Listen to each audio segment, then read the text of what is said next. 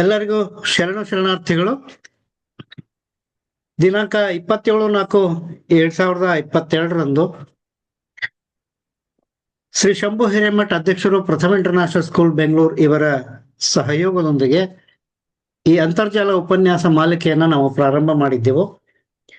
ಇಂದಿನ ಕಾರ್ಯಕ್ರಮ 166ನೇ ಕಾರ್ಯಕ್ರಮ. ಸರಿಸುಮಾರು 4 ವರ್ಷಗಳ ಈ ಪಯಣದಲ್ಲಿ ಸಾಕಷ್ಟು ವಿದ್ವಾಂಸರು, ಸಾಕಷ್ಟು ಉಪನ್ಯಾಸಕರುಗಳು ನಮ್ಮ ವೇದಿಕೆಯನ್ನ ಅಲಂಕರಿಸಿ ತಮ್ಮ ವಿದ್ವತ್ಪೂರ್ಣ ಉಪನ್ಯಾಸಗಳಿಂದ ವಚನ ಸಾಹಿತ್ಯವನ್ನ ಹಾಗೂ ವಚನ ಸಾಹಿತ್ಯ ಮಂದಾರ ವೇದಿಕೆಯನ್ನ ಶ್ರೀಮಂತಗೊಳಿಸಿದ್ದಾರೆ. ಅವರೆಲ್ಲರುಗಳಿಗೂ ಈ ಮೂಲಕ ನಾವು ಕೃತಜ್ಞತೆಗಳು ಹಾಗೂ ಧನ್ಯವಾದಗಳನ್ನ ಅರ್ಪಿಸ್ತಾ ಇದ್ದೀವಿ. ಹಾಗೇನೆ ಎಲ್ಲ ಕಾರ್ಯಕ್ರಮಗಳಿಗೂ ಆಗಮಿಸಿದಂತಹ ಎಲ್ಲ ವೀಕ್ಷಕ ಪ್ರಭುಗಳಿಗೂ ಕೂಡ ನಾವು ಈ ಮೂಲಕ ಧನ್ಯವಾದಗಳನ್ನ ಅರ್ಪಿಸ್ತಾ ಇದ್ದೀವಿ. ಇಂದಿನ ಕಾರ್ಯಕ್ರಮವನ್ನ ಎಂದಿನಂತೆ ಹುಬ್ಬಳ್ಳಿಯ ಶ್ರೀಮತಿ ಅನುಪಮಾ ಪಾಟೀಲ್ ಅವರು ನಿರ್ವಹಣೆ ಮಾಡಲಿದ್ದಾರೆ. ಅವರು ಕಾರ್ಯಕ್ರಮವನ್ನ ಪ್ರಾರಂಭ ಮಾಡಬೇಕೆಂದು ಅವರಲ್ಲಿ ವಿನಂತಿಸಿಕೊಳ್ತಾ ವೇದಿಕೆಯನ್ನ ಅವರಿಗಾಗಿ ಬಿಟ್ಕೊಡ್ತಾ ಇದ್ದೀನಿ. ಎಲ್ಲರಿಗೂ ಸುಸ್ವಾಗತ. ಓಂ ಶ್ರೀ ಗುರು ಬಸವಲಿಂಗಾಯ ನಮಃ. ಶ್ರೀ ಶಂಭು ಹಿರೇಮಠ್ ಅಧ್ಯಕ್ಷರು ಪ್ರಥಮ ಇಂಟರ್ನ್ಯಾಷನಲ್ ಸ್ಕೂಲ್ ಬೆಂಗಳೂರು ಇವರ ಸಹಯೋಗದೊಂದಿಗೆ ಡಾಕ್ಟರ್ ವಿಜಯಕುಮಾರ್ ಕಮ್ಮಾರ್ ಅವರ ನೇತೃತ್ವದ ವಚನ ಸಾಹಿತ್ಯ ಮಂದಾರ ಫೌಂಡೇಶನ್ ವತಿಯಿಂದ ಇಂದು ನಡೆಯುತ್ತಿರುವ ವಚನ ಸಾಹಿತ್ಯ ಉಪನ್ಯಾಸ ಮಾಲಿಕೆ ಇಂದು 166ನೇ ಕಂತನ್ನ ಪ್ರಸಾರ ಮಾಡ್ತಿದೆ. ಉಪಸ್ಥಿತರಿರುವ ಎಲ್ಲ ಶರಣ ಬಂಧುಗಳಿಗೆ ನನ್ನ ಭಕ್ತಿಪೂರ್ವಕ ಶರಣಾರ್ಥಿಗಳು. ಭವಿಸಂಗ ಒಳಿದು ಶಿವಭಕ್ತನಾದ ಬಳಿಕ ಭಕ್ತಂಗೆ ಭವಿಸಂಗ ಅತಿ ಘೋರ ನರಕ. ಶರಣಸತಿ ಲಿಂಗಪತಿಯಾದ ಬಳಿಕ ಶರಣಂಗೆ ಸತಿಸಂಗ ಅತಿ ಘೋರ ನರಕ.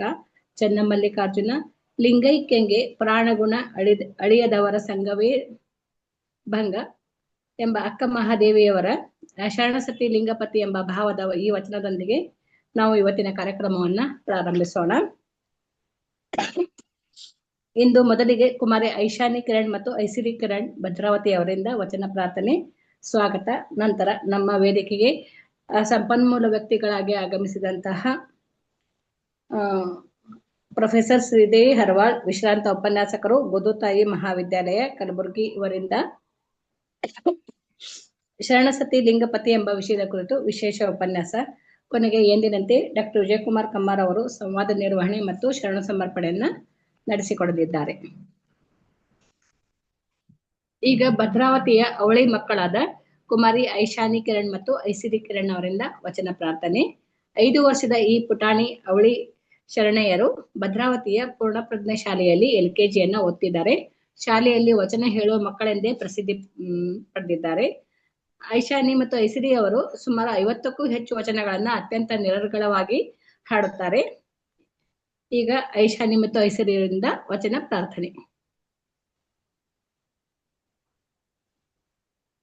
ಹೇಳ್ರಿ ಪುಟ, ಮ್ಯೂಟ್ ಮಾಡ್ ತೆಗಿರಿದ್ರು, ಅನ್ಮ್ಯೂಟ್ ಮಾಡ್ರಿ.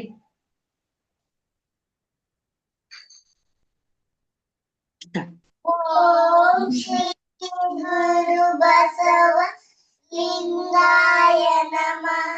ನನ್ನ ಹೆಸರು ಐಸಿರಿ, ನನ್ನ ಹೆಸರು ಐಶಾನಿ. ಶರಣನಿತ್ತೆಗೈದರೆ ಜಪಗಾಣಿರು, ಶರಣನಿತ್ತು ಕುಳಿತರೆ ಶಿವರಾತ್ರಿ ಕಾಣಿರು, ಶರಣನಿಗೆ ಪವನ ಕಾಣಿರು.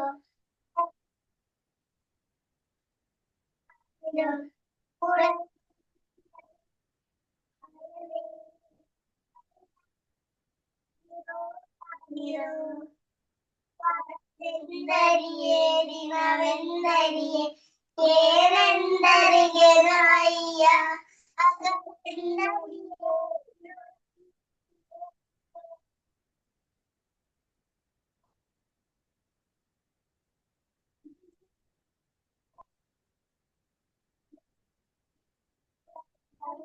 ದೇವ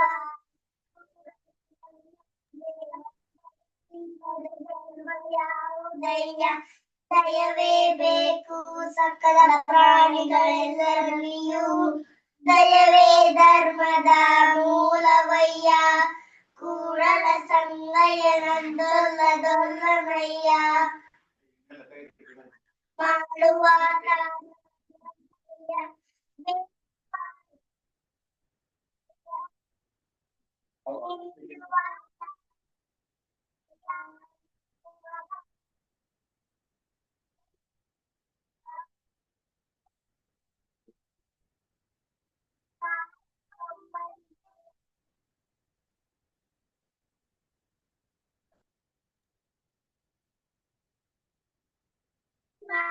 ಮದಯ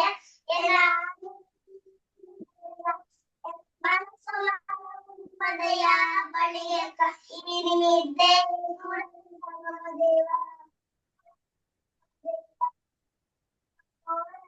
ಚಂದ್ರಮನ ಬೆಳಗಿನ ಚಿಂತೆ ಅಂಬುಜಕ್ಕೆ ಭಾನುವಿನ ಉದಯದ ಚಿಂತೆ ಪ್ರಮಾರಂಗೆ ಪರಿಮಳದ ಬಂಡುಂಬುವ ಚಿಂತೆ ಎನಗೆ ದೇವ ಚಿಂತೆ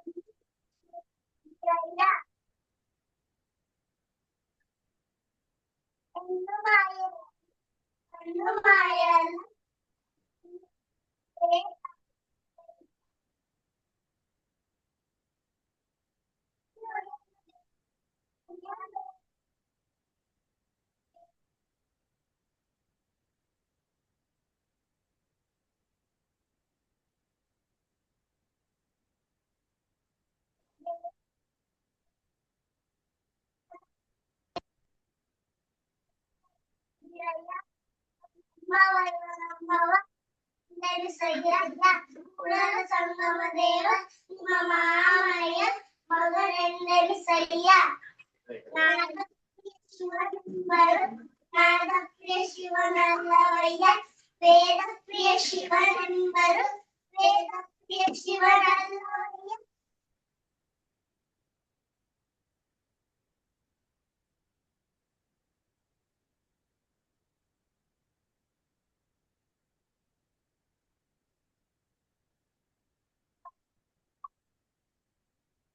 ದೇವ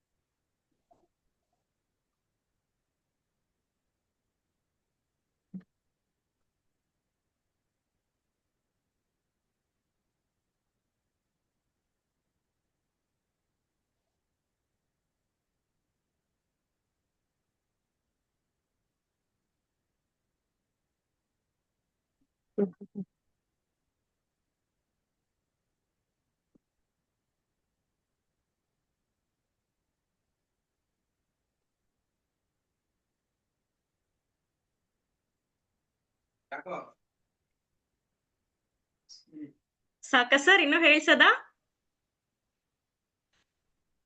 ಸಾಕು. ಅವ್ರು ಹೇಳಿದ್ ಏನು ಕೇಳಿಸ್ಲೇ ಇಲ್ಲ. ಮೋಸ್ಟ್ಲಿ ನಿಮ್ಮ ಆಡಿಯೋ ಯಾಕೋ ಇವತ್ತು ವಿಸಿಬಲ್ ಇಲ್ಲ. ಎರಡೇ ಹಾಡ್ ಕೇಳಿಸೋದು. 20 ವಚನ ಹೇಳಿದ್ರು ಸರ್. ಹೌದು ಹೇಳಿದ್ರು, ಅದ್ರಲ್ಲಿ ಎರಡೇ ವಚನ ಕೇಳಿಸಿದ್ದು. It's okay, next time will improve. Anupama, sir. You can continue please. ಧನ್ಯವಾದಗಳು ಐಶಾನಿ ಮತ್ತು ಐಸಿರಿ ಅವರಿಗೆ. ಇಷ್ಟು ಸರಿ ಅವರು ವೇದಿಕೆಗೆ ಬಂದ್ರು ನಮಗೆ ಇನ್ನೂ ಕನ್ಫ್ಯೂಸ್ ಅವ್ರಿಗೆ ಐಶಾನಿ ಯಾರೋ ಐಸಿರಿ ಯಾರೋ ಅಂತ. ಅಷ್ಟು ಸೇಮ್ ಇದ್ದಾರೆ ನೋಡೋದಕ್ಕೆ. ಧನ್ಯವಾದಗಳು ಪುಟ್ಟ ಇಬ್ಬರಿಗೂ. ಈಗ ಸ್ವಾಗತ ಕಾರ್ಯಕ್ರಮ. ಮೊದಲಿಗೆ ವಚನ ಪ್ರಾರ್ಥನೆಯನ್ನ ಮಾಡಿದಂತಹ ಕುಮಾರಿ ಐಶಾನಿ ಕಿರಣ್ ಮತ್ತು ಐಸಿರಿ ಕಿರಣ್ ಅವರಿಗೆ ನಮ್ಮ ವೇದಿಕೆಯ ಪರವಾಗಿ ಅತ್ಯಂತ ಪ್ರೀತಿಯ ಸ್ವಾಗತವನ್ನ ಕೋರುತ್ತೇನೆ. ಹಾಗೆಯೇ ಸಂಪನ್ಮೂಲ ವ್ಯಕ್ತಿಗಳಾಗಿ ಆಗಮಿಸಿದಂತಹ ಪ್ರೊಫೆಸರ್ ಶ್ರೀದೇವಿ ಹರ್ವಾಳ್ ಕಲಬುರ್ಗಿ ಅವರಿಗೂ ಕೂಡ ಆಧಾರದ ಸ್ವಾಗತ. ಹಾಗೂ ಶರಣ ಸಮರ್ಪಣೆಯನ್ನ ನಡೆಸಿಕೊಡುತ್ತಿರುವಂತಹ ಈ ಕಾರ್ಯಕ್ರಮದ ಸಂಯೋಜಕರಾದ ಡಾಕ್ಟರ್ ವಿಜಯಕುಮಾರ್ ಕಮ್ಮಾರ್ ಅವರಿಗೂ ಮತ್ತು ಸಹ ಸಂಯೋಜಕರಾದಂತಹ ಸರ್ವಮಂಗಲ ಸಕ್ರಿ ರಾಯಚೂರು ಮತ್ತು ಡಾಕ್ಟರ್ ಪುಷ್ಪಾವತಿ ಶೆಲೋಡಿಮಠ್ ಹಾವೇರಿ ಮತ್ತು ಶರಣ NC ಶಿವಪ್ರಕಾಶ್ ಮಸ್ಕತ್ ಇವರಿಗೂ ಕೂಡ ಆತ್ಮೀಯವಾದ ಸ್ವಾಗತವನ್ನ ಕೋರುತ್ತೇನೆ. ಹಾಗೆಯೇ ಈ ಕಾರ್ಯಕ್ರಮದ ಪ್ರಾಯೋಜಕತ್ವವನ್ನು ವಹಿಸಿಕೊಂಡಿರುವಂತಹ ಶಂಭು ಹಿರೇಮಠ್ ಪ್ರಥಮ ಇಂಟರ್ನ್ಯಾಷನಲ್ ಸ್ಕೂಲ್ ಬೆಂಗಳೂರು ಇವರಿಗೂ ಕೂಡ ಆತ್ಮೀಯವಾದ ಸ್ವಾಗತವನ್ನ ಕೋರುತ್ತೇನೆ. ಹಾಗೆಯೇ ವೇದಿಕೆಯಲ್ಲಿ ಉಪಸ್ಥಿತರಿರುವ ಎಲ್ಲ ಶರಣ ಸಂಕುಲಕ್ಕೆ ನನ್ನ ಭಕ್ತಿಪೂರ್ವಕ ಸ್ವಾಗತವನ್ನ ಕೋರುತ್ತೇನೆ. ಈಗ ಉಪನ್ಯಾಸದ ಸಮಯ. ಶರಣಸತಿ ಲಿಂಗಪತಿ ಎಂಬುದು ವಚನ ಸಾಹಿತ್ಯದಲ್ಲಿ ಬರುವ ಒಂದು ಪ್ರಮುಖವಾದ ಪರಿಕಲ್ಪನೆಯಾಗಿದ್ದು, ಇದರಲ್ಲಿ ಶರಣ ಎಂದರೆ ಭಕ್ತ ಅಥವಾ ವ್ಯಕ್ತಿಯನ್ನ ಸತಿ ಎಂದು ಮತ್ತು ಲಿಂಗವನ್ನ ಅಥವಾ ಶಿವನನ್ನ ಪತಿ ಎಂದು ಸಂಕೇತಿಸಿ ದೈವ ಮತ್ತು ಭಕ್ತರ ನಡುವಿನ ಅವಿನಾವಭಾವ ಸಂಬಂಧ ಅಂತರಂಗದ ಭಕ್ತಿ ಮತ್ತು ಆಧ್ಯಾತ್ಮಿಕ ಏಕತೆಯನ್ನ ವಿವರಿಸಲಾಗಿದೆ. ಇದು ಭೌತಿಕ ಪತಿ ಪತ್ನಿಯರಿಗಿಂತ ಆಳವಾದ ಆತ್ಮಗಳ ಮಿಲನವನ್ನ ಸೂಚಿಸುತ್ತದೆ. ಇಲ್ಲಿ ಭಕ್ತನು ತನ್ನನ್ನು ತಾನು ಲಿಂಗಕ್ಕೆ ಸಮರ್ಪಿಸಿಕೊಳ್ಳುತ್ತಾನೆ. ಇದೇ ವಿಷಯದ ಕುರಿತು ಅಂದರೆ ಶರಣಸತಿ ಲಿಂಗಪತಿ ಎಂಬ ವಿಷಯದ ಬಗ್ಗೆ ಕಲಬುರಗಿಯ ವಿಶ್ರಾಂತ ಪ್ರಾಧ್ಯಾಪಕರಾದ ಪ್ರೊಫೆಸರ್ ಶ್ರೀದೇವಿ ಹರ್ವಾಳ್ ಅವರು ಉಪನ್ಯಾಸವನ್ನ ನೀಡಲಿದ್ದಾರೆ. ಉಪನ್ಯಾಸಕ್ಕೂ ಮೊದಲು ಅವರ ಪರಿಚಯವನ್ನ ನೋಡೋಣ. ಕಲಬುರಗಿಯಲ್ಲಿ ಜನಿಸಿದ ಶ್ರೀದೇವಿ ಹರ್ವಾಳ್ ಅವರು ತಮ್ಮ ಶಿಕ್ಷಣವನ್ನೆಲ್ಲ ಕಲಬುರಗಿಯಲ್ಲಿ ಮುಗಿಸಿದ್ದಾರೆ. ಗುಲ್ಬರ್ಗಾ ವಿಶ್ವವಿದ್ಯಾಲಯದಿಂದ MA ಮತ್ತು MPhil ಪದವಿಯನ್ನ ಪಡೆದಿದ್ದಾರೆ. 1983ರಿಂದ 2016ರವರೆಗೆ ಗೋದುತಾಯಿ ಮಹಾವಿದ್ಯಾಲಯದಲ್ಲಿ ಉಪನ್ಯಾಸಕರಾಗಿ ಕಾರ್ಯನಿರ್ವಹಿಸುತ್ತಿದ್ದಾರೆ. ಸುಮಾರು 10ಕ್ಕೂ ಹೆಚ್ಚು ಬಾರಿ ಶ್ರೇಷ್ಠ ಉಪನ್ಯಾಸಕಿ ಪ್ರಶಸ್ತಿಗೆ ಭಾಜನರಾಗಿದ್ದಾರೆ.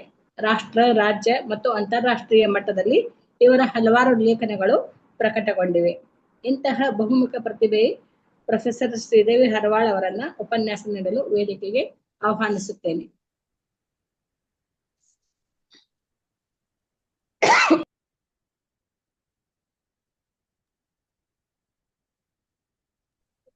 ಮೇಡಮ್. ಓಕೆ. ಎಲ್ಲರಿಗೂ ಶರಣಾರ್ಥಿಗಳು. ನಂದು ವಾಯ್ಸ್ ಆಡಿಬಲ್ ಅದಲ್ರಿ? ಕೇಳ್ತಾ ಇದೆಯಲ್ಲ? ಕೇಳಿಸ್ತಾ ಇದೆ. Okay, thank you. ಈ ಅಂತರ್ಜಾಲ ಉಪನ್ಯಾಸ ಮಾಲಿಕೆಯ ರೂವಾರಿಗಳಾದ ವಿಜಯಕುಮಾರ್ ಸರ್ ಮತ್ತು ಶಂಭು ಹಿರೇಮಠ್ ಸರ್ ಅವರಿಗೆ ನನ್ನ ಹೃದಯಪೂರ್ವಕ ನಮನಗಳನ್ನು ಸಲ್ಲಿಸುತ್ತಾ, ಮತ್ತು ಸಕ್ರಿ ಮೇಡಮ್, ಪುಷ್ಪಾ ಮೇಡಮ್ ಮತ್ತು ಶಿವಪ್ರಕಾಶ್ ಸರ್ ಎಲ್ಲರಿಗೂ ನನ್ನ ನಮನಗಳನ್ನು ಸಲ್ಲಿಸುತ್ತಾ, ಇದು 166ನೆಯ ಉಪನ್ಯಾಸ ಮಾಲಿಕೆ ಅಂತ ವಿಜಯಕುಮಾರ್ ಸರ್ ಹೇಳಿದ್ರು. ಎಲ್ಲರೂ ಈ ಒಂದು ಉಪನ್ಯಾಸ ಮಾಲಿಕೆಯಲ್ಲಿ ಅನೇಕ ಜನ ಸಾಹಿತಿಗಳಿದ್ದೀರಿ ಮತ್ತು ಎಲ್ಲರೂ ಈ ಶರಣ ಸಾಹಿತ್ಯವನ್ನ, ವಚನ ಸಾಹಿತ್ಯವನ್ನ ಸಾಕಷ್ಟು ಓದಿಕೊಂಡವರಿದ್ದೀರಿ. ನಾನು ಅಷ್ಟು ಈ ವಚನ ಸಾಹಿತ್ಯದಲ್ಲಿ ನನಗೆ ತಿಳಿದ ಮಟ್ಟಿಗೆ ಸ್ವಲ್ಪ ಕಲಿತುಕೊಂಡಿದ್ದೇನೆ. ಆದ್ರೂ ಸಹ ಇನ್ನೂ ಕಲಿಯುವುದು ಬಹಳ ಇದೆ ಅಂತ ಅನ್ಕೊಂಡಿದ್ದೀನಿ. ಇಲ್ಲಿ ಉಪಸ್ಥಿತರಿರುವ ಎಲ್ಲ ನನ್ನ ಸಹೋದರ ಸಹೋದರಿಯರಿಗೆ ನನ್ನ ಭಕ್ತಿಪೂರ್ವಕ ನಮನಗಳನ್ನು ಸಲ್ಲಿಸುತ್ತಾ, ವಿಜಯ್ ಕುಮಾರ್ ಸರು ಒಂದು ವಿಷಯ ತಾವು ಮಾತಾಡ್ಬೇಕು ಅಂತ ಹೇಳಿದಾಗ ನಾನು ಸ್ವಲ್ಪ ಆ ಮಟ್ಟಕ್ಕೆ ಮುಟ್ಟಿದೀನೋ ಇಲ್ವೋ ಅಂತ ನನ್ನ ನಾನೇನೆ ಪ್ರಶ್ನೆ ಮಾಡ್ಕೊಂಡೆ. ಆದ್ರೂ ಸಹ ಅವರ ಒಂದು ಆ ಏನಂತಂದ್ರೆ ನನ್ನ ಮೇಲೆ ಇಟ್ಟಿರ್ತಕ್ಕಂಥ ಅವರ ಅಭಿಮಾನದಿಂದ ಮತ್ತು ಅವರ ಸ್ಫೂರ್ತಿ ನನಗೆ ಮಾತನಾಡೋದಕ್ಕೆ ಪ್ರೇರೇಪಿಸ್ತು. ಹಾಗಾಗಿ ಇವತ್ತು ನಾನು ಆಯ್ದುಕೊಂಡ ವಿಷಯ ಶರಣ ಸತಿ ಲಿಂಗಪತಿ. ನಾವೆಲ್ಲರೂ ವಚನ ಸಾಹಿತ್ಯ ಓದಿರ್ತಕ್ಕಂಥ ನಮ್ಮೆಲ್ಲರಿಗೂ ಏನ್ ಗೊತ್ತಿದೆ ಅಂತಂದ್ರೆ, ಶರಣರು ಯಾವಾಗ್ಲೂ ಒಂದು ಪರಿಕಲ್ಪನೆ ನಮ್ಮ ಎದುರಿಗಿಟ್ಟಿದ್ದಾರೆ, ಒಂದು ತತ್ವವನ್ನ ನಮ್ಮ ಎದುರಿಗಿಟ್ಟಿದ್ದಾರೆ. ಹಲವಾರು ವಿಷಯಗಳು ಹೇಳ್ತಾ ಅದ್ರಲ್ಲಿ ಒಂದು ಪ್ರಮುಖವಾದ ತತ್ವ, ಒಂದು ಪರಿಕಲ್ಪನೆ ಯಾವುದು ಅಂತಂದ್ರೆ ಶರಣ ಸತಿ ಲಿಂಗಪತಿ. ಶರಣ ಸತಿ ಲಿಂಗಪತಿ ಅಂತಲೇನೆ ಯಾಕಂದ್ರು ಶರಣರು ಅಂತಕ್ಕಂತ ಒಂದು ಪ್ರಶ್ನೆ ನಮ್ಮೆಲ್ಲರಲ್ಲೂ ಕಾಡ್ತದೆ. ಅದಕ್ಕೆ ಬಹುಶಃ ಇವತ್ತು ಈ ಒಂದು ವಿಷಯವನ್ನ ಆರಿಸ್ಕೊಂಡಿರೋದ್ರಿಂದ ಅದಕ್ಕೆ ತಕ್ಕ ಉತ್ತರ ಸಿಗ್ತದೆ ಅಂತ ನಾನು ಅನ್ಕೊಂಡಿದ್ದೀನಿ. ಮತ್ತು ನನ್ನ ತರ್ಕಕ್ಕೆ ನಿಲುಕಿರುವ ಹಾಗೆ ಬಹುಶಃ ಸತಿ ಮತ್ತು ಪತಿ ಈ ಇಹದ ಒಂದು ಸಂಬಂಧವನ್ನೇ ನಾವು ತೆಗೆದುಕೊಂಡಾಗ ಅಲ್ಲಿ ಸತಿ ಪತಿ ಇಬ್ಬರು ಸಾಮಾನ್ಯವಾಗಿ ಹೆಂಗಿರ್ತಾರ ಅಂತಂದ್ರ ಅಲ್ಲಿ ಅತ್ಯಂತ ಸಲುಗೆ ಇರ್ತದೆ, ಪ್ರೀತಿ ಇರ್ತದೆ, ಸ್ವತಂತ್ರವಾಗಿ ಮಾತನಾಡ್ತಕ್ಕಂತಹ ಒಂದು ನಮಗ ಹಕ್ಕಿರ್ತದೆ. ಅದ್ರ ಜೊತೆಗೆ ಎಲ್ಲವನ್ನ ಮನಬಿಚ್ಚಿ ಮಾತಾಡ್ತೀವಿ, ತಪ್ಪು ಒಪ್ಪುಗಳನ್ನ ತಿಳಿದುಕೊಳ್ತೀವಿ, ತಿದ್ದುಕೊಂಡು ಬಾಳಲು ಕಲಿತೀವಿ. ಮತ್ತು ಅಷ್ಟೇ ಅಲ್ಲ, ಸತಿ ಪತಿಗಾಗಿ, ಪತಿ ಸತಿಗಾಗಿ ತ್ಯಾಗ ಮಾಡ್ತಕ್ಕಂಥದ್ದು, ಅದೆಲ್ಲಕ್ಕಿಂತ ಮಿಗಿಲಾಗಿ ಅತಿಯಾದ ಒಂದು ಗಟ್ಟಿ ಸಂಬಂಧ ಯಾವ್ದಾದ್ರೂ ಇದೆ ಅಂತಂದ್ರೆ ಅದು ಸತಿಪತಿ ಸಂಬಂಧ ಅಂತ ನಾನ್ ಅಂದ್ಕೊಂಡಿದ್ದೀನಿ. ಬಹುಶಃ ನನಗೆ ನಿಲುಕಿದಷ್ಟು ಅಂದ್ರೆ ಈ ಕಾರಣಕ್ಕಾಗಿಯೇ ಇನ್ನು ಇದ್ರ ಬಗ್ಗೆ ಸಾಕಷ್ಟು ಚರ್ಚೆ ಆಗ್ಬೋದು ಅಂತ ನಾನು ಅನ್ಕೊಂಡಿದ್ದೀನಿ. ಇದರ ಬಗ್ಗೆನೆ ಇವತ್ತು ಏನಾಗಿದೆ ಅಂತಂದ್ರೆ ಆ ಒಂದು ಹಿನ್ನೆಲೆಯಲ್ಲಿ ಶರಣ ಸತಿ ಲಿಂಗಪತಿ ಆ ಒಂದು ಗಟ್ಟಿ ಬಾಂಧವ್ಯ ಇರೋದ್ರಿಂದ ಈ ಒಂದು ತತ್ವವನ್ನ ಶರಣರು ಹೇಳಿದ್ರು ಅಂತ ನನ್ನ ಒಂದು ಅನಿಸಿಕೆ. ಈಗ ಸತಿಪತಿ ಸಂಬಂಧ ಹೇಗಿರ್ತದೆ ಅಂತ ಕೇಳಿದಾಗ ಇನ್ ಜನರಲ್ ನಾನಿನ್ನು ಆ ಆಧ್ಯಾತ್ಮ ಲೋಕಕ್ಕೆ ಹೋಗೋದ್ಕಿಂತ ಮುಂಚೆ ಈ ಇಹದ ಸಂಬಂಧ ಕುರಿತು ಕೆಲವು ಮಾತುಗಳನ್ನಾಡಿ ಆಮೇಲೆ ನಾನು ಆ ಆಧ್ಯಾತ್ಮಿಕ ಸಂಬಂಧಕ್ಕೆ ಹೋಗ್ತೇನೆ. ಈಗ 35-40 ವರ್ಷದವರೆಗೂ ಸತಿಪತಿಗಳಾಗಿರ್ತಕ್ಕಂತಹ ಪುರುಷ ಮಹಿಳೆ ಜಗಳ ಆಡ್ತಾ 40 ವರ್ಷ ಅವ್ರು ಕಳೆದು ಬಿಡ್ತಾರ. ಕಳೆದಾಗ ಒಂದು ಸಲ ಪತಿ ಏನಂತಾನಂದ್ರ ಆದರ್ಶ ದಂಪತಿಗಳು ಒಂದು ಸ್ಪರ್ಧೆ ಅದ ಹೋಗೋಣ ಅಂತ ಕೇಳಿದಾಗ ಹೆಂಡತಿ ಬೈತಾಳ, ಇದೊಂದು ಬೇರೆ ಕೇಡು ನಿಮಗಂತ ಹೇಳಿ.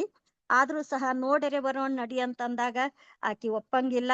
ಆಮೇಲೆ ಹೇಗೋ ಒಪ್ಪಿಸಿ ಆಕಿ ಅವಂದ್ ಆಟೋ ತಗೊಂಡು ಏನೋ ಹೋಗ್ತಾರಲ್ಲಿಗೆ ಹೋದಾಗ ಅಲ್ಲಿ ಆಶ್ಚರ್ಯ ಅಂತಂದ್ರೆ ಇವರಿಗೆ ಒಂದು ಆದರ್ಶ ದಂಪತಿಗಳು ಅಂತಕ್ಕಂಥ ಒಂದ್ ಇದನ್ನು ಕೊಡ್ತಾರೆ, ಬಿರುದನ್ನ.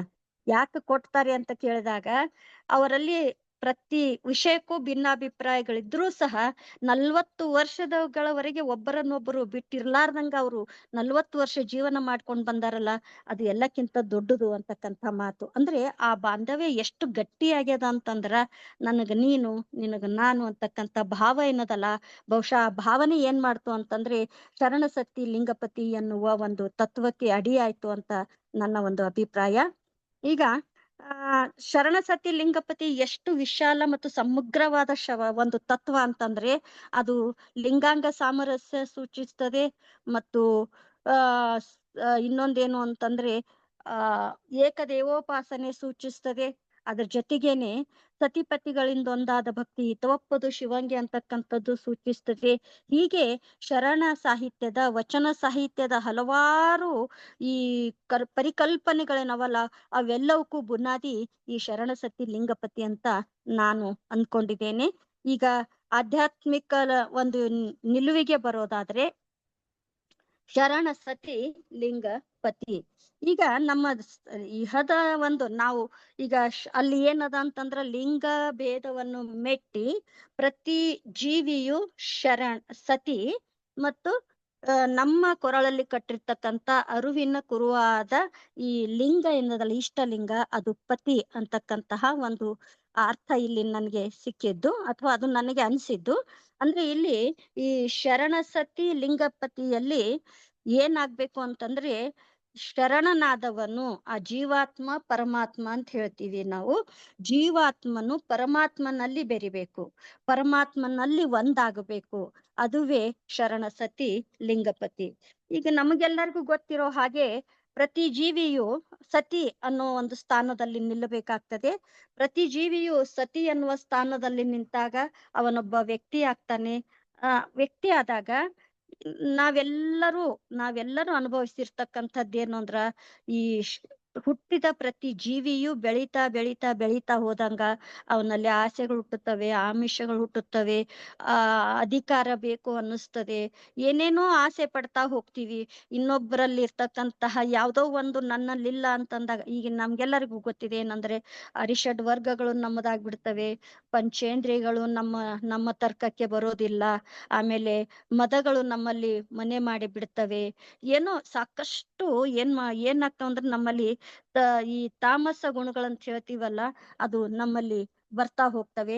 ಯಾವಾಗ ಶರಣನಾದವನು ಈ ಎಲ್ಲಾ ತಾಮಸ ಗುಣಗಳನ್ನು ಬಿಡ್ತಾ ಹೋಗ್ತಾನೆಯೋ ಆಗ ಅವನಿಗೇನು ಸಾಧ್ಯ ಅಂತಂದ್ರೆ ಇಷ್ಟಲಿಂಗವನ್ನ ತನ್ನದನ್ನಾಗಿಸಿಕೊಳ್ಳಲಿಕ್ಕೆ ಸಾಧ್ಯ.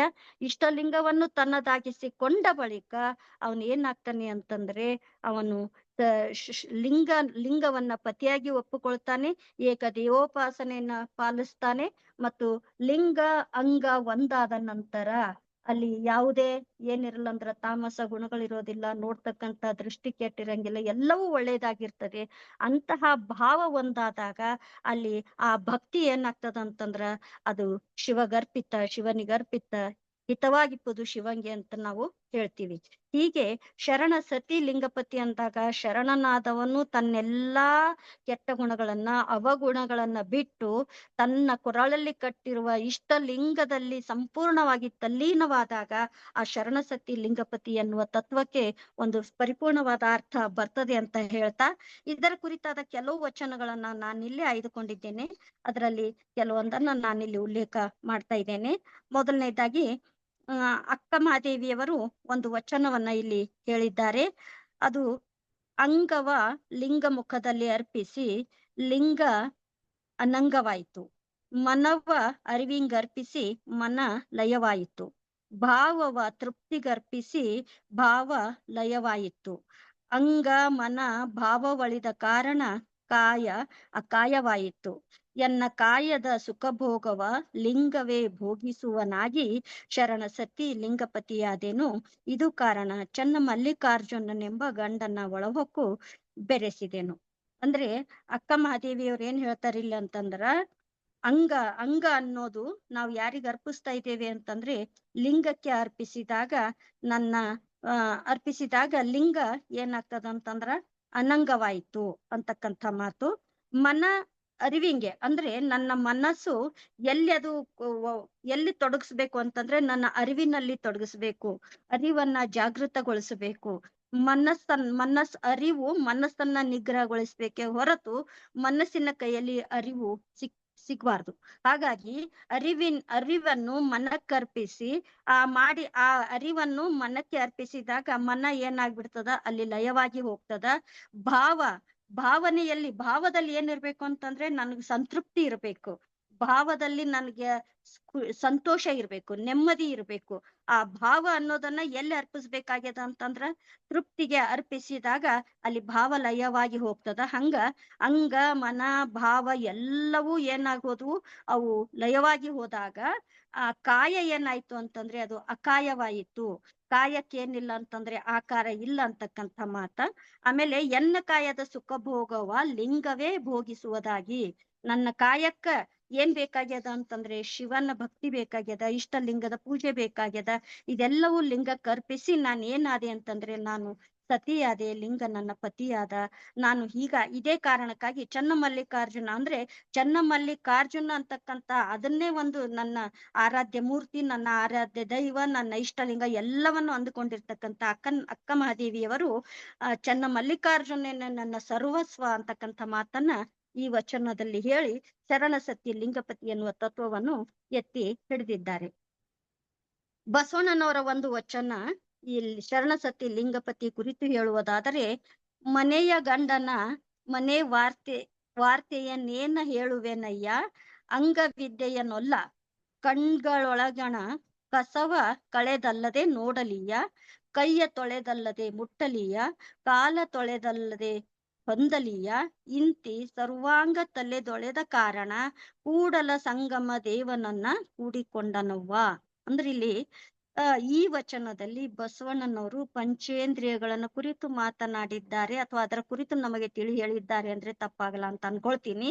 ಯಾಕಂದ್ರೆ ಮನೆಯ ಗಂಡ ಅಂತಂದ್ರೆ ನಾನು ಪೂಜಿಸ್ತಕ್ಕಂಥ ನನ್ನ ಇಷ್ಟಲಿಂಗ. ಆ ವಾರ್ತೆ ಅಂಗವಿದ್ಯೆಯನ್ನಲ್ಲ ಅಂದ್ರೆ ಆ ಲಿಂಗಕ್ಕೆ ಏನಿಲ್ಲ ಅಂತಂದ್ರೆ ಅದಕ್ಕೆ ಆಕಾರ ಇಲ್ಲ, ಅದಕ್ಕೆ ಆ ದೇಹ ಇಲ್ಲ, ಆಕಾರ ಇಲ್ಲ, ನಿರಾಕಾರವಾಗಿರ್ತಕ್ಕಂಥ ಅರಿವಿನ ಒಂದು ಕುರುಹಾದ ಇಷ್ಟಲಿಂಗ. ಅದು ಆ ಅರಿವಿನ ಆ ಇಷ್ಟಲಿಂಗ ಪೂಜೆಗೆ ನಾನು ಹೋಗ್ಬೇಕು ಅಂತಂದಾಗ ನನ್ನ ಕಣ್ಣು ಏನಾಗಿರ್ಬೇಕು, ಸ್ವಚ್ಛವಾಗಿರ್ಬೇಕು. ಕಣ್ಣಿಗೆ ಕಸ ಇದ್ರ ಅಲ್ಲಿ ಇಷ್ಟಲಿಂಗ ಪೂಜೆ ನನಗ್ ದಕ್ಕಂಗಿಲ್ಲ. ಕೈ ಸ್ವಚ್ಛವಾಗಿರ್ಬೇಕು, ನನ್ನ ಕಾಲು ಸ್ವಚ್ಛವಾಗಿರ್ಬೇಕು. ಇಂತಿ ಸರ್ವಾಂಗ ತಲೆದೊಳೆದ ಅಂದ್ರೆ ನನ್ನ ಪಂಚ ಇಂದ್ರಿಯಗಳು, ನನ್ನ ಸರ್ವ ಅಂಗ ಏನಾಗ್ಬೇಕು ಅಂತಂದ್ರೆ ಅದು ಸ್ವಚ್ಛವಾಗಿರ್ಬೇಕು. ಅದು ಸ್ವಚ್ಛವಾಗಿದ್ದಾಗ ಮಾತ್ರ ನಾನು ಎಲ್ಲಿ ಕೂಡ್ಲಿಕ್ಕೆ ಸಾಧ್ಯದ ಅಂತಂದ್ರೆ ಅಲ್ಲಿ ಅಕ್ಕ ಮಹಾದೇವಿ ಚನ್ನಮಲ್ಲಿಕಾರ್ಜುನನನ್ನ ಆರಾಧ್ಯ ದೈವ ಅಂದಳು. ಬಸವಣ್ಣನವರು ಕೂಡಲ ಸಂಗಮ ದೇವ ಅವರ ಆರಾಧ್ಯ ದೈವ ಅಂತ ಹೇಳ್ತಾರೆ. ಹೇಳಿದಾಗ ಇಲ್ಲಿ ಕೂಡಲ ಸಂಗಮ ಅನ್ನೋದು ನಾನು ಬಹಳಷ್ಟು ಸಲ ನಮ್ಮ ವಚನೋತ್ಸವದಲ್ಲೂ ಸಹ ಹೇಳ್ತಾ ಇರ್ತೇನೆ. ಮೂರು ನದಿಗಳ ಸಂಗಮ ಆಗಿರ್ತಕ್ಕಂಥ ಆ ಸಂಗಮ ನದಿಗಳ ಸಂಗಮ ಸಹ ಅದು ನಿರಾಕಾರ. ಅದಕ್ಕಾಗಿ ಆ ನಿರಾಕಾರ ಮೂರ್ತಿಯನ್ನೇ, ಆ ಸಂಗಮವನ್ನೇ ಬಸವಣ್ಣನವರು ಕೂಡಲ ಸಂಗಮ ಅಂತ ಕರೆದ್ರು ಅಂತಕ್ಕಂಥ ಮಾತು. ಹೀಗೆ ಕೂಡಲ ಸಂಗಮನಲ್ಲಿ ನಾನು ಬೆರಿಬೇಕು ಅಂತಂದಾಗ ನನ್ನ ಪಂಚ ಇಂದ್ರಿಯಗಳು ಏನಿರ್ಬೇಕು ಅಂತಂದ್ರೆ ನನ್ನ ನಿಯಂತ್ರಣದಲ್ಲಿರ್ಬೇಕು. ಅವುಗಳನ್ನ ನಾನು ಸ್ವಚ್ಛಗೊಳಿಸಬೇಕು, ಅವುಗಳನ್ನ ಸರಿಯಾದ ರೀತಿನಲ್ಲಿ ನಡೆಸಲಿಕ್ಕೆ ನಾನು ಪ್ರಯತ್ನ ಪಡ್ಬೇಕು. ಹಾಗ ಮಾಡಿದಾಗ ಮಾತ್ರ ನಾನು ಇಷ್ಟಲಿಂಗ ಪೂಜೆಯನ್ನ ಆ ಒಂದು ಶರಣ ಸತಿ ಲಿಂಗಪತಿ ಅಂತಕ್ಕಂಥ ಒಂದು ಮಾರ್ಗದಲ್ಲಿ ನಾನು ಹೋಗ್ಲಿಕ್ಕೆ ಸಾಧ್ಯ ಅಂತಕ್ಕಂಥ ಮಾತನ್ನ ಇಲ್ಲಿ ಬಸವಣ್ಣನವರು ಈ ಒಂದು ವಚನದಲ್ಲಿ ಹೇಳಿದ್ದಾರೆ.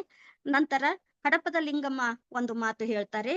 ಅದು ಅಂಗವೆಂದಡೆ ಲಿಂಗದೊಳಡಗಿತ್ತು, ಲಿಂಗವೆಂದಡೆ ಅಂಗದೊಳಡಗಿತ್ತು, ಅಂಗದೊಳಡಗಿದ ಲಿಂಗವನ್ನೇ ಕಂಗಳಲ್ಲಿ ಹೆರೆಹಿಂಗದೆ ನೋಡಿದಡೆ ಮಂಗಳದ ಮಹಾಬೆಳಗು ಕಾಣಿಸಿತ್ತು. ಇಂತಪ್ಪ ಮಂಗಳದ ಮಹಾಬೆಳಗು ತೋರಿದ ಶರಣರಂಗ್ರಿಗರಿಗೆ ಸುಖಿಯಾದನಯ್ಯ ಅಪ್ಪಣ್ಣ ಪ್ರಿಯ ಚನ್ನ ಬಸವಣ್ಣ. ಮತ್ತೆ ಇಲ್ಲಿ ಅವ್ರು ಏನ್ ಹೇಳ್ತಾರ, ಇದು ನಾವು ಶರಣ ಸತಿ ಲಿಂಗಪತಿ ಅಂತಾದ್ರೂ ತಗೋಬಹುದು, ಅಥವಾ ಲಿಂಗ ಮತ್ತು ಅಂಗದ ಸಾಮರಸ್ಯ ಎರಡು ಒಂದೇ ನಾಣ್ಯದ ಎರಡು ಮುಖಗಳು ಅಂತ ನಾವಿಲ್ಲಿ ಹೇಳ್ಬೋದು. ಅಂಗವೆಂದಡೆ ಲಿಂಗದೊಳಗಡಗಿತ್ತು ಅಂದ್ರೆ ಅಲ್ಲಿ ಅಂಗ ಬೇರೆಯಲ್ಲ, ಲಿಂಗ ಬೇರೆಯಲ್ಲ. ಮತ್ತು ಲಿಂಗವೆಂದಡೆ ಅಂಗದೊಳಗಡಗಿತ್ತು. ಲಿಂಗ ಮತ್ತು ಅಂಗ ಒಂದು ಅಂದ್ರೆ ಅಂಗ ಲಿಂಗ, ಲಿಂಗ ಅಂಗ ಏನಾದು ಅಂದ್ರ ಒಂದಕ್ಕೊಂದು ಸಾಮರಸ್ಯ ಹೊಂದದು. ಅಲ್ಲಿ ಲಿಂಗ ಮತ್ತು ಅಂಗದ ಸಾಮರಸ್ಯ ಆಯ್ತು. ಅಂಗದೊಳಡಗಿದ ಲಿಂಗವನ್ನೇ ಕಂಗಳಲ್ಲಿ ಹೆರೆಹಿಂಗದೆ ನೋಡಿದಡೆ. ತದೇಕ ದೃಷ್ಟಿಯಿಂದ ನನ್ನ ಕೈಯಲ್ಲಿರ್ತಕ್ಕಂಥ ಈ ಇಷ್ಟ ಲಿಂಗವನ್ನು ನಾನು ನೋಡಿದಾಗ ನನಗೇನ್ ಕಂಡಿತು ಅಂತಂದ್ರೆ ಒಂದು ಮಂಗಳದ ಮಹಾ ಬೆಳಗು ಕಾಣಿಸ್ತು. ಈ ಮಂಗಳದ ಮಹಾ ಬೆಳಗು ತೋರಿದ ನನ್ನೆಲ್ಲಾ ಶರಣರ ಪಾದಗಳಿಗೆ ಎರಗಿ ನಾನು ಆ ಸುಖವನ್ನ ಕಂಡೆ, ಆ ಬೆಳಕನ್ನ ನಾನು ಕಂಡೆ ಅಂತಕ್ಕಂಥ ಮಾತನ್ನ ಇಲ್ಲಿ ಹಡಪದ ಲಿಂಗಮ್ಮನವರು ಈ ಶರಣಸತಿ ಲಿಂಗಪತಿ ಕುರಿತಾಗಿ ಹೇಳಿದ್ದಾರೆ. ಮತ್ತೆ ಅದರ ಜೊತೆಗೆ ಬಸವಣ್ಣನವರ ಇನ್ನೊಂದು ವಚನ ನನಗೆ ಬಹಳ ಇಷ್ಟ ಆಗಿದ್ದು, ಬಸವಣ್ಣನವರ ವಚನ ಇಂತಿದೆ. ಎನ್ನ ಗಂಡ ಬರಬೇಕೆಂದು ಎನ್ನಂತರಂಗವೆಂಬ ಮನೆಯ ತೆರವು ಮಾಡಿ, ನಿಜವಾಸವೆಂಬ ಹಾಸುಗೆಯ ಹಾಸಿ, ಧ್ಯಾನವೆಂಬ ಮೇಲು ಕಟ್ಟು ಕಟ್ಟಿ, ಜ್ಞಾನವೆಂಬ ದೀಪವ ಬೆಳಗಿ, ಕಂಗಳೇ ಪ್ರಾಣವಾಗಿ ಬರವ ಹಾರುತ್ತಿರ್ದೆನಯ್ಯ ನಾನು. ಬಾರಗಿರ್ದಡೆ ಉಮ್ಮಳಿಸಿಹೆನೆಂದು ತಾನೇ ಬಂದು ಎನ್ನ ಹೃದಯ ಸಿಂಹಾಸನದ ಮೇಲೆ ಮೂರ್ತಿಗೊಂಡಡೆ ಎನ್ನ ಬಯಕೆ ಸ್ವಯವಾಯಿತು. ಹಿಂದೆ 12 ವರ್ಷದಲ್ಲಿದ್ದ ಚಿಂತೆ ಇಂದು ನಿಶ್ಚಿಂತೆಯಾಯಿತು. ಕೂಡಲ ಸಂಗಮ ದೇವರು ಕೃಪಾಮೂರ್ತಿಯಾದ ಕಾರಣ ನಾನು ಬದುಕಿದೆನು. ಅಂದ್ರ ಎನ್ನ ಗಂಡ ಅಂತಕ್ಕಂಥ ಈ ಶಬ್ದ ಏನದಲ್ಲ, ನಾನು ನನ್ನ ಇಷ್ಟಲಿಂಗವನ್ನ ನನ್ನದನ್ನಾಗಿಸಿಕೊಳ್ಳಬೇಕು. ಈ ಶರಣಸತಿ ಲಿಂಗಪತಿ ತತ್ವ ಅದರಲ್ಲಿ ಸಂಪೂರ್ಣವಾಗಿ ನಾನು ಲೀನ ಆಗಬೇಕು ಅನ್ನೋ ನಿಟ್ಟಿನಲ್ಲಿ ನನ್ನ ಅಂತರಂಗದಲ್ಲಿ ಏನ್ ಮಾಡ್ದ, ಅಂತರಂಗದ ಮನೆ ಅದು ತೆರವು ಮಾಡ್ದ. ಅಲ್ಲಿ ನನ್ನ ಇಷ್ಟ ದೇವರು ಬಂದು ಕೂಡ್ಬೇಕು ನನ್ನ ಅಂತರಂಗದ ಮನೆಯಲ್ಲಿ. ಅಂದ್ರೆ ನನ್ನ ಅಂತರಂಗದ ಬಾಗಿಲು ನಾನು ತೆರೆದುಕೊಂಡೆ ಅಂತಕ್ಕಂಥ ಮಾತು. ನಿಜವಾಸವೆಂಬ ಹಾಸಿಗೆ ಅಂದ್ರೆ ನಾನು ನನ್ನಲ್ಲಿ ಒಳ್ಳೆಯ ಒಂದು ಏನು ಅಂತಂದ್ರೆ ಮೌಲ್ಯಗಳನ್ನ ನಾನು ಹಾಕೊಂಡೆ ಮತ್ತು ಧ್ಯಾನವೆಂಬ ಮೇಲು ಕಟ್ಟು ಕಟ್ಟಿ ಅತ್ಯಂತ ದೃಢತೆಯಿಂದ ಏಕಚಿತ್ತದಿಂದ ನಾನು ನನ್ನ ಇಷ್ಟ ದೇವರನ್ನ ಇಷ್ಟ ಲಿಂಗವನ್ನ ನಾನು ಪೂಜಿಸ್ತಾ ಹೋದೆ. ಜ್ಞಾನ ಅಂತಕ್ಕಂಥ ದೀಪ ನನ್ನಲ್ಲಿ ಬೆಳಗಿಸ್ದೆ. ಕಂಗಳು ಪ್ರಾಣ ಆದವು. ಮತ್ತೆ ನಾನು ಇಷ್ಟಲಿಂಗವನ್ನ ತದೇಕ ಚಿತ್ತದಿಂದ ನಾನು ಪೂಜೆ ಮಾಡಿದಾಗ ಆ ಇಷ್ಟ ಲಿಂಗ ನನ್ನ ಹೃದಯ ಮಂದಿರದೊಳಗೆ ಅದು ನೆಲೆಸ್ತು. ಅಂದ್ರ ಎನ್ನ ಹೃದಯ ಸಿಂಹಾಸನದ ಮೇಲೆ ಮೂರ್ತಿಗೊಂಡಡೆ ಎನ್ನ ಬಯಕೆ ಸ್ವಯವಾಯಿತು. ಅಂದ್ರೆ 12 ವರ್ಷದಲ್ಲಿದ್ದಂತಕ್ಕಂಥ ಮಾತನ್ನ ಇಲ್ಲಿ ಬಸವಣ್ಣನವರು ಹೇಳ್ತಾ ಇದ್ದಾರೆ. ಅಂದ್ರೆ ಬಹುಶಃ ಆ ಒಂದು ಸಾಧನೆಯಲ್ಲಿ ಶರಣಸತಿ ಲಿಂಗಪತಿ ಮಾರ್ಗದ ಸಾಧನೆಯಲ್ಲಿ ಬಹುಶಃ 12 ವರ್ಷ ಅವರು ಕಳೆದಾಗ 12 ವರ್ಷದ ನಂತರ ಅಲ್ಲಿ ಈ ಶರಣಸತಿ ಲಿಂಗಪತಿ ಅಂತಕ್ಕಂಥದ್ದು ಅಥವಾ ಲಿಂಗ ಮತ್ತು ಅಂಗದ ಸಾಮರಸ್ಯ ಅವರಿಗೆ ಒದಗಿ ಬಂತು. ಅದನ್ನ ಅವರು ಸಾಧಿಸಿದ್ರು ಅಂತಕ್ಕಂಥ ಮಾತು. ಅಂದ್ರೆ ಚಿಂತೆ ಇಂದು ನಿಶ್ಚಿಂತೆಯಾಯ್ತು. ಕೂಡಲ ಸಂಗಮ ದೇವರು ಏನಾದ್ರು ಕೃಪಾಮೂರ್ತಿಯಾದ ಕಾರಣ ನಾನು ಇವತ್ತು ಅವರ ಬೆಳಕಿನಲ್ಲಿ ನಾನು ಬದುಕ್ತಾ ಇದ್ದೇನೆ ಅಂತಕ್ಕಂಥ ಮಾತನ್ನ ಇಲ್ಲಿ ಬಸವಣ್ಣನವರು ತಮ್ಮ ಒಂದು ವಚನದಲ್ಲಿ ಬಿಂಬಿಸಿದ್ದಾರೆ. ಈಗ ಈ ಶರಣಸತಿ ಲಿಂಗಪತಿ ನಂತರ ನಾನು ಹೇಳಿದ್ದೆ ಏನು ಅಂತಂದ್ರೆ ಇಲ್ಲಿ ಏಕದೇವೋಪಾಸನೆ. ಅಲ್ಲಿ ಶರಣಸತಿ ಲಿಂಗಪತಿ ಆಯ್ತು, ಲಿಂಗ ಮತ್ತು ಅಂಗದ ಸಾಮರಸ್ಯ ಆಯ್ತು. ಇನ್ನು ಶರಣಸತಿ ಲಿಂಗಪತಿ ಸೂಚಿಸ್ತಕ್ಕಂಥ ಇನ್ನೊಂದು ತತ್ವ ಅಂದ್ರೆ ಅದು ಏಕದೇವೋಪಾಸನೆ. ನಿಮ್ಮ ಇಷ್ಟ ದೇವತೆಯನ್ನ, ನಿಮ್ಮ ಇಷ್ಟ ಲಿಂಗವನ್ನ ನಿಮ್ಮದನ್ನಾಗಿಸಿಕೊಳ್ರಿ, ಹೊರತಾಗಿ ಆ ದೇವ್ರು ಈ ದೇವ್ರು ಅಂತಕ್ಕಂಥ ಪೂಜೆಗಳು ಬೇಡ. ಅಲ್ಲಿ ಹೋಗಬೇಕು ಇಲ್ಲಿ ಹೋಗ್ಬೇಕು ಅಂತಕ್ಕಂತಹ ಚಂಚಲ ಮನಸ್ಸು ನಮಗೂ ಬೇಡ. ಎಷ್ಟು ನಾವು ಏಕದೇವೋಪಾಸನೆ ಅನ್ಬಹುದು, ನನ್ನ ಇಷ್ಟಲಿಂಗ ಪೂಜೆ ಅನ್ಬಹುದು, ಎಷ್ಟು ನಾವು ನನ್ನ ಇಷ್ಟಲಿಂಗದಲ್ಲಿ ನನ್ನನ್ನು ನಾನು ತೊಡಗಿಸ್ಕೊಳ್ತೇನೆಯೋ ಆಗ ಬಹುಶಃ ನನಗನ್ಸಿದ ಮಟ್ಟಿಗೆ ನಾವು ಯಾವ ದೇವತೆಗಳಿಗೂ ಯಾವ ದೇವರುಗಳಿಗೂ ನಾವು ಕೈ ಮುಗಿಯೋದಿಲ್ಲ, ಆ ಕಡೆ ಮುಖ ಮಾಡಿ ನಿಲ್ಲೋದಿಲ್ಲ ಅಂತಕ್ಕಂಥ ಮಾತು ಸತ್ಯ. ಅದಕ್ಕಾಗಿ ನಾವು ಸಾಧಿಸಬೇಕಾಗಿದ್ದೇನು ಅಂತಂದ್ರೆ ಇಷ್ಟಲಿಂಗ ಪೂಜೆಯನ್ನು. ಅಂದ್ರೆ ಶರಣರು ಅದನ್ನ ನಮಗೆ ಹೆಂಗ ಕೊಟ್ರು ಅಂತಂದ್ರೆ ಅದು ಅರಿವಿನ ಕುರು ಅಂದ್ರು. ಅದೊಂದು ಏನು ಅಂತಂದ್ರೆ ನಮ್ಮ ಅರಿವನ್ನ ಎಚ್ಚರಗೊಳಿಸ್ತಕ್ಕಂಥ ಜಾಗೃತಗೊಳಿಸ್ತಕ್ಕಂತಹ ಒಂದು ಕ್ರಿಯೆ ಅದು.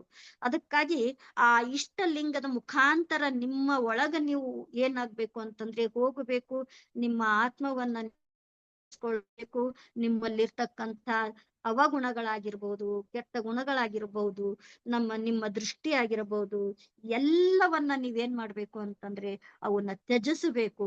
ಅವು ತ್ಯಜಿಸಿ ನೀವು ಏನಾಗ್ಬೇಕು ಅಂತಂದ್ರೆ ನಿಮ್ಮೊಳಗೆ ನೀವು ಒಂದು ಬೆಳಕು ಕಾಣ್ಕೋಬೇಕು, ನಿಮ್ಮೊಳಗೆ ನೀವು ಒಂದು ಜಾಗೃತೆಯನ್ನ ಮೂಡಿಸ್ಕೊಳ್ಬೇಕು, ನಿಮ್ಮ ಜೀವನವನ್ನ ನೀವು ಪೂಜಿಸ್ಬೇಕು, ಅದನ್ನ ನೀವು ಸರಿಯಾದ ರೀತಿನಲ್ಲಿ ನಡ್ಸ್ಕೊಂಡು ಹೋಗ್ಬೇಕು ಅಂತಕ್ಕಂಥ ಮಾತು ಈ ಶರಣಸತಿ ಲಿಂಗಪತಿಯಲ್ಲಿ ಬರ್ತಕ್ಕಂಥದ್ದು. ಇದರ ಕುರಿತಾಗಿ ಕೆಲವು ವಚನಗಳನ್ನ ನಾನು ಇಲ್ಲಿ ಆಯ್ದುಕೊಂಡಿದ್ದೇನೆ. ಮೊದಲನೇದಾಗಿ ಷಣ್ಮುಖ ಶಿವಯೋಗಿಗಳು ಒಂದ್ ಕಡೆ ಏನ್ ಹೇಳ್ತಾರೆ ಅಂತಂದ್ರೆ, ದೇಹವೆಂಬ ದೇಗುಲದೊಳಗೆ ಭಾವ ಸಿಂಹಾಸನವ ಮಾಡಿ ಜೀವದೊಡೆಯನ ಪೂಜಿಸಬಲ್ಲ ದೇವರಿಗೆ ದೇವನೆಂಬೆನಯ್ಯ ಅಖಂಡೇಶ್ವರ. ಈ ದೇಹದ ಬಸವಣ್ಣನವರು ಹೇಳ್ತಾರೆ ಏನಂದ್ರೆ, ಉಳ್ಳವರು ಶಿವಾಲಯ ಮಾಡುವರು, ನಾನೇನು ಮಾಡಲಿ ಬಡವನಯ್ಯ ಅಂತಕ್ಕಂಥ ಮಾತು. ಅದೇ ರೀತಿಯಲ್ಲಿ ಷಣ್ಮುಖ ಶಿವಯೋಗಿಗಳು ಏನ್ ಹೇಳ್ತಾ ಇದ್ದಾರೆ ಅಂದ್ರೆ, ದೇಹವೆಂಬ ಈ ದೇಹದೊಳಗೊಂದು ದೇಗುಲ ಅದ. ಆ ದೇಗುಲ ಏನ್ ಮಾಡ್ಬೇಕು, ಅದು ಸಿಂಹಾಸನ ಮಾಡ್ಬೇಕು. ಸಿಂಹಾಸನ ಮಾಡಿ ಅಲ್ಲಿ ಯಾರಿಗೆ ನಾವು ಕೂಡಿಸ್ಬೇಕು ಅಂತಂದ್ರೆ ನನ್ನ ಅರಿವಿನ ಕುರುವಾದ ಇಷ್ಟಲಿಂಗವನ್ನ ಅಲ್ಲಿ ಕೂಡಿಸ್ಬೇಕು. ಆ ಇಷ್ಟಲಿಂಗವನ್ನ ನಾನು ಪೂಜಿಸಬೇಕು. ಆ ಪೂಜೆಯೇ ದೇವನ ಪೂಜೆ ನೋಡ ಅಖಂಡೇಶ್ವರ ಅಂತಕ್ಕಂಥ ಮಾತು ಇಲ್ಲಿ. ಅಂದ್ರೆ ನಾವು ಎಷ್ಟು ಇಷ್ಟಲಿಂಗವನ್ನ ನಮ್ಮದನ್ನಾಗಿ ಆ ಇಷ್ಟಲಿಂಗದೊಳಗೆ ಧ್ಯಾನಾಸಕ್ತರಾಗ್ತೇವೆಯೋ ಅಷ್ಟು ನಮ್ಗೆ ಏನಾಗ್ತದಂತಂದ್ರೆ ನಮ್ಮೊಳಗೊಂದು ಬೆಳಕು ಮೂಡಿ ಬರ್ತದಂತಕ್ಕಂಥ ಮಾತು. ಆಮೇಲೆ ಇಲ್ಲಿ ಅಂಬಿಗರ ಚೌಡಯ್ಯನ 2 ವಚನಗಳು ನಮ್ಗೆಲ್ಲರಿಗೂ ಗೊತ್ತದ. ಅಂಬಿಗರ ಚೌಡಯ್ಯನವರು ಬಹಳ ಏನು ಅಂತಂದ್ರೆ ಒಂದು ಇದ್ದದ್ದನ್ನ ಇದ್ದಂತೆ ಕಠೋರವಾಗಿ ಮಾತನಾಡ್ತಕ್ಕಂಥ ಶರಣರು. ಅವರು ಯಾವಾಗ್ಲೂ ಈ ಈ ಹಲವು ದೇವರುಗಳ ಪೂಜೆಯನ್ನ ಅತ್ಯಂತ ಕಠಿಣವಾಗಿ ಖಂಡಿಸಿದವರು. ಅದಕ್ಕಾಗಿ ಅವರ ಒಂದು ವಚನ ಏನ್ ಹೇಳ್ತದ ಅಂತಂದ್ರ, ಕಟ್ಟಿದ ಲಿಂಗವ ಕಿರಿದು ಮಾಡಿ ಬೆಟ್ಟದ ಲಿಂಗವ ಹಿರಿದು ಮಾಡುವ ಪರಿಯ ನೋಡ, ಇಂತಿಪ್ಪ ಕೊಟ್ಟಿ ಮೂಳರ ಕಂಡರೆ ಗಟ್ಟಿ ಉಳ್ಳ ಪಾದರಕ್ಷೆ ತೆಗೆದುಕೊಂಡು ಲೊಟನೆ ಹೊಡಿ ಎಂದಾತ ನಮ್ಮ ಅಂಬಿಗರ ಚೌಡಯ್ಯ. ನಾವೆಲ್ಲವನ್ನ ಓದ್ತಾ ಇದ್ದೇವೆ, ಎಲ್ಲವನ್ನ ತಿಳಿದುಕೊಳ್ತಾ ಇದ್ದೇವೆ. ಆದ್ರೂ ಸಹಿತ ನಮ್ಮ ನಿಜ ಜೀವನದಲ್ಲಿ ನಾವು ಯಾಕೆ ದೇವೋಪಾಸಕರಾಗ್ತಾ ಇಲ್ಲ, ಇಷ್ಟ ಲಿಂಗದ ಪೂಜೆಯಲ್ಲಿ ನಮ್ಮನ್ನು ನಾವು ತೊಡಗಿಸ್ಕೊಳ್ತಾ ಇಲ್ಲ ಅಂತ ನಮ್ಮನ್ನ ನಾವು ಪ್ರಶ್ನೆ ಮಾಡ್ಕೊಳ್ಬೇಕಾಗಿರ್ತಕ್ಕಂಥ ಇವತ್ತಿನ ಒಂದು ಪರಿಸ್ಥಿತಿ. ಯಾಕೆ ಹೀಗಾಗ್ತಾ ಇದೆ ಅಂತ ಕೇಳಿದಾಗ, ಬಹುಶಃ ಈ ಆಧುನಿಕ ಬದುಕು ಏನದಲ್ಲ, ಅತ್ಯಂತ ಕ್ಲಿಷ್ಟವಾದ ಬದುಕು, ಹಲವಾರು ಸವಾಲುಗಳನ್ನ ಎದುರಿಸ್ತಕ್ಕಂತಹ ಒಂದು ಬದುಕು. ಇಂತಹ ಬದುಕಿನಲ್ಲಿ ನಾವ್ ಏನ್ ಅದಕ್ಕ ಬಹುಶಃ ಒಂದೊಂದ್ ಸರ್ತಿ ನಾನು ಹೆಂಗಿರ್ತದಂತಂದ್ರ ಒಂದು ದೃಢತೆ ಇರ್ಬೇಕು ಮನುಷ್ಯನಲ್ಲಿ, ವ್ಯಕ್ತಿಯಲ್ಲಿ ಒಂದು ದೃಢತೆ ಇರ್ಬೇಕು. ಏನಂತಂದ್ರ ಏನೇ ಆದ್ರೂ ಈ ಒಂದು ದಾರಿಯನ್ನ ಬಿಟ್ಟು ನಾನು ಬೇರೆ ದಾರಿಗೆ ಹೋಗೋದಿಲ್ಲ ಅಂತಕ್ಕಂಥ ಒಂದು ದೃಢತೆ ಇದ್ರೆ ಬಹುಶಃ ನಾವು ಏನನ್ನಾದ್ರೂ ಸಾಧಿಸ್ಲಿಕ್ಕೆ ಸಾಧ್ಯ. ಆದ್ರೆ ಎಲ್ಲೋ ನನ್ನ ಮನಸ್ಸು ಏನಾಗ್ಯದ ಅಂತಂದ್ರ ಅದು ಅಶಕ್ತಾಗ್ಯದ, ಅದು ದುರ್ಬಲ ಆಗಿ ಎಲ್ಲಿ ಏನು ಮಾಡಿದ್ರೆ ನನ್ನ ಸಮಸ್ಯೆ ಬಗೆಹರಿತದ, ಏನು ಮಾಡಿದ್ರೆ ನನಗ್ ಒಳ್ಳೇದಾಗ್ತದ, ಈ ಭೌತಿಕ ಚಿಂತನೆಯಲ್ಲಿ ಭೌತಿಕವಾಗಿ ಒಂದ್ಸರ್ತಿ ನಾವು ಅಧಿಕಾರಕ್ಕಾಗಿ ಪೂಜೆ ಮಾಡ್ತೀವಿ. ಮತ್ತ ಏನಂತಂದ್ರ ಯಾವ್ದೋ ಒಂದು ನನಗ್ ಹಣ ಬರ್ಬೇಕು ಅಂತ ಪೂಜೆ ಮಾಡ್ತೀವಿ. ಏನೇನೋ ನನ್ನ ಭೌತಿಕ ಆಸೆಗಳು ಬಾಳವ, ಆ ಆಸೆಗಳಿಗಾಗಿ ಪೂಜೆ ಮಾಡ್ತೀನಿ. ಅಲ್ಲಿ ದೃಢತೆ ಇರೋದಿಲ್ಲ. ದೃಢತೆ ಇರೋದ್ ಕಾರಣ ನನಗದು ಒಲಿಯಂಗಿಲ್ಲ. ಒಲಿಲಾರ್ದಾಗ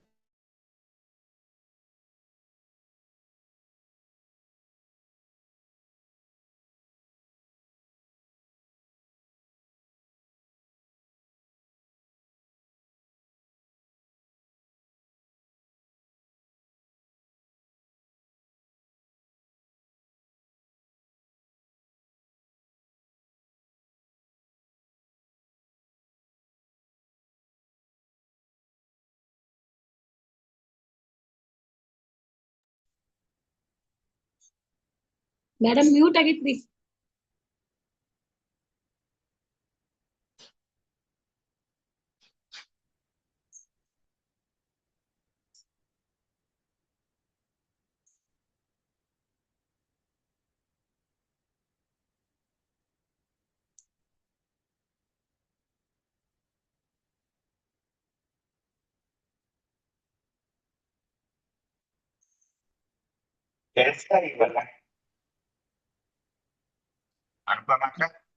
ಹೌದ್ರಿ, ಮ್ಯೂಟ್ ಆಗೈತೆ ಅವ್ರದ್ದು.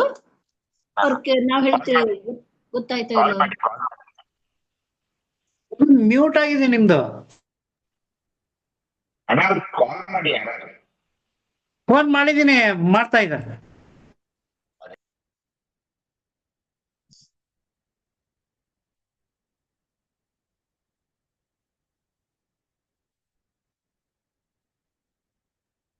ಸರ್ ಬಳತ್ತಾಯ್ತೇನ್ರಿ ಮ್ಯೂಟ್ ಆಗಿ? ಒಂದ್ 5 ನಿಮಿಷ ಆಯ್ತ್ರಿ. ಎಲ್ಲಿ ಮ್ಯೂಟ್ ಆಗಿತ್ತೇನು? ಶರಣ ಸತ್ಯ ಲಿಂಗಪತಿ ಏಕದೇವೋಪಾಸನೆ ಕುರಿತು ಹೇಳ್ತಾ ಇದ್ದೆ, ಅಲ್ಲಿಂದ ಕಂಟಿನ್ಯೂ ಮಾಡ್ಲಾ? ಹಾ, ಶರಣ ಸತ್ಯ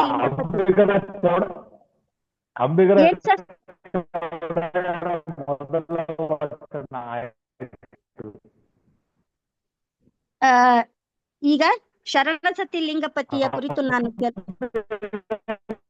ಚೌಡಯ್ಯನವರು ಮೊದಲ ವಚನ ಆಯಿತು. Okay sir, thank you.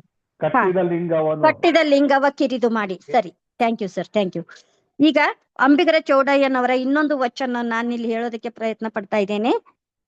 Kashi ಯಾತ್ರೆಗೆ ಹೋದೆನೆಂಬ ಹೇಸಿ ಮೂಳರ ಮಾತು ಕೇಳಲಾಗದು, ಕೇದಾರಕ್ಕೆ ಹೋದೆನೆಂಬ ಹೇಸಿಹೀನರ ನುಡಿಯ ಲಾಲಿಸಲಾಗದು, ಸೇತು ಬಂದ ರಾಮೇಶ್ವರಕ್ಕೆ ಹೋದೆನೆಂಬ ಸರ್ವಹೀನರ ಮುಖವ ನೋಡಲಾಗದು, ಪರ್ವತಕ್ಕೆ ಹೋದೆನೆಂಬ ಮಹಾಪಾತಕರ ಮುಖವ ನೋಡಲಾಗದು.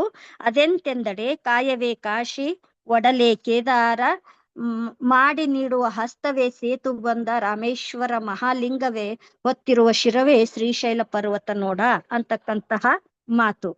ಬಹುಶಃ ನಾನು ಈಗಾಗ್ಲೇ ಅಂದ್ರೆ ನಮ್ಮ ಮನಸ್ಸುಗಳು ದುರ್ಬಲಗೊಂಡಿರುವುದರಿಂದ ಮತ್ತು ಇಂದಿನ ಒಂದು ನಮ್ಮ ಜೀವನ ಅನೇಕ ಸವಾಲುಗಳ ಒಂದು ಸೆಲೆಯಾಗಿರುವುದರಿಂದ ನಮಗೆ ಈ ಸವಾಲುಗಳನ್ನ ಎದುರಿಸಲಾಗದೆ ಹಲವು ದೇವರ ಅಂದ್ರೆ ನನ್ನ ಮನಸ್ಸು ದುರ್ಬಲವಾಗಿರೋದ್ರಿಂದ ಹಲವು ದೇವರಿಗೆ ಕೈ ಮುಗಿತೇನೆ.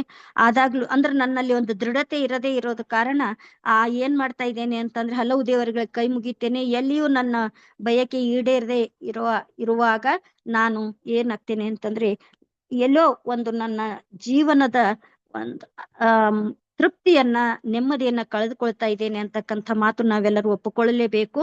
ಇಲ್ಲಿ ಅಂಬಿಗರ ಚೌಡ ನಾವೆಲ್ಲರೂ ಕಾಶಿ ಇದಕ್ ಹೋಗ್ತೇವೆ. ಈಗ ಹೆಂಗಾಗ್ಯದಂತಂದ್ರ ನಾನು ಇಲ್ಲಿವರೆಗೂ ಯಾವ ಸ್ಥಾವರ ಲಿಂಗಗಳಿಗೂ ಭೇಟಿ ಕೊಟ್ಟಿಲ್ಲ. ಹಾಗಿರುವಾಗ ಯಾರಿಗಾದ್ರೂ ಹೇಳಿದ್ರ ನಿಮ್ಗೇನು ಅದು ಖಾಯಶ್ ಇಲ್ಲೇನ್ರಿ ಅಂತ ಕೇಳ್ತಾರ.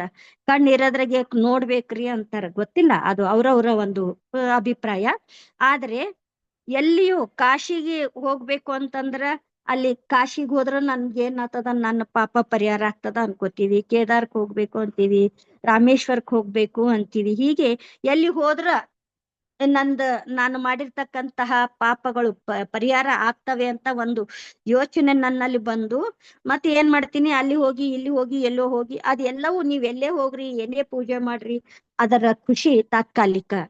ನಮಗೆ ನಿಜವಾದ ಅಂದ್ರೆ ಮರೆಯಲಾಗದಂತಹ ಒಂದು ಖುಷಿ ನನಗ್ ಸಿಗ್ಬೇಕು, ಮಾಸಿ ಹೋಗದೆ ಇರ್ತಕ್ಕಂಥ ಖುಷಿ ನನಗ್ ಸಿಗ್ಬೇಕು ಅಂತಂದ್ರ ನಾನೇನ್ ಮಾಡ್ಬೇಕು, ನನ್ನೊಳಗೆ ನಾನು ಹೋಗ್ಬೇಕು, ನನ್ನೊಳಗೆ ನಾನು ನೋಡ್ಕೋಬೇಕು, ನನ್ನ ಜೊತೆನೆ ನಾನು ಮಾತಾಡ್ಬೇಕು.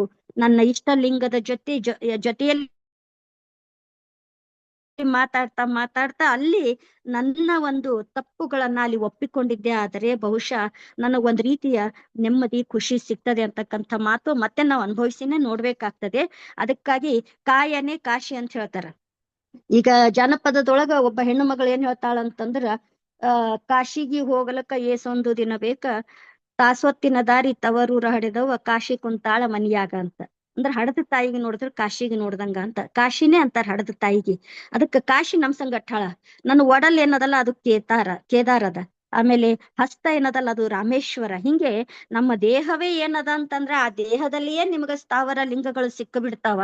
ಇಲ್ಲಿಯೇ ನೀವು ಎಲ್ಲವನ್ನ ನಿಮ್ಮೊಳಗೆ ಇಟ್ಟುಕೊಂಡು ಅಲ್ಲಿ ಇಲ್ಲಿ ನೀವ್ ಯಾಕೆ ಓಡಾಡ್ತೀರಿ ಅಂತಕ್ಕಂಥ ಮಾತು ಇಲ್ಲಿ ಅಂಬಿಗರ ಚೌಡಯ್ಯನವ್ರು ಹೇಳ್ತಾರ.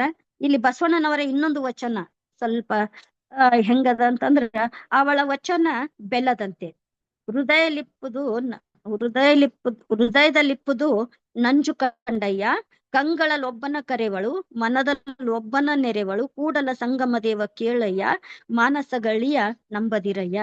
ಅವಳ ವಚನ ಅಂತಂದ್ರೆ ಇಲ್ಲಿ ಶರಣ ಸತಿ ಅಂತ ತಗೋಬೇಕು.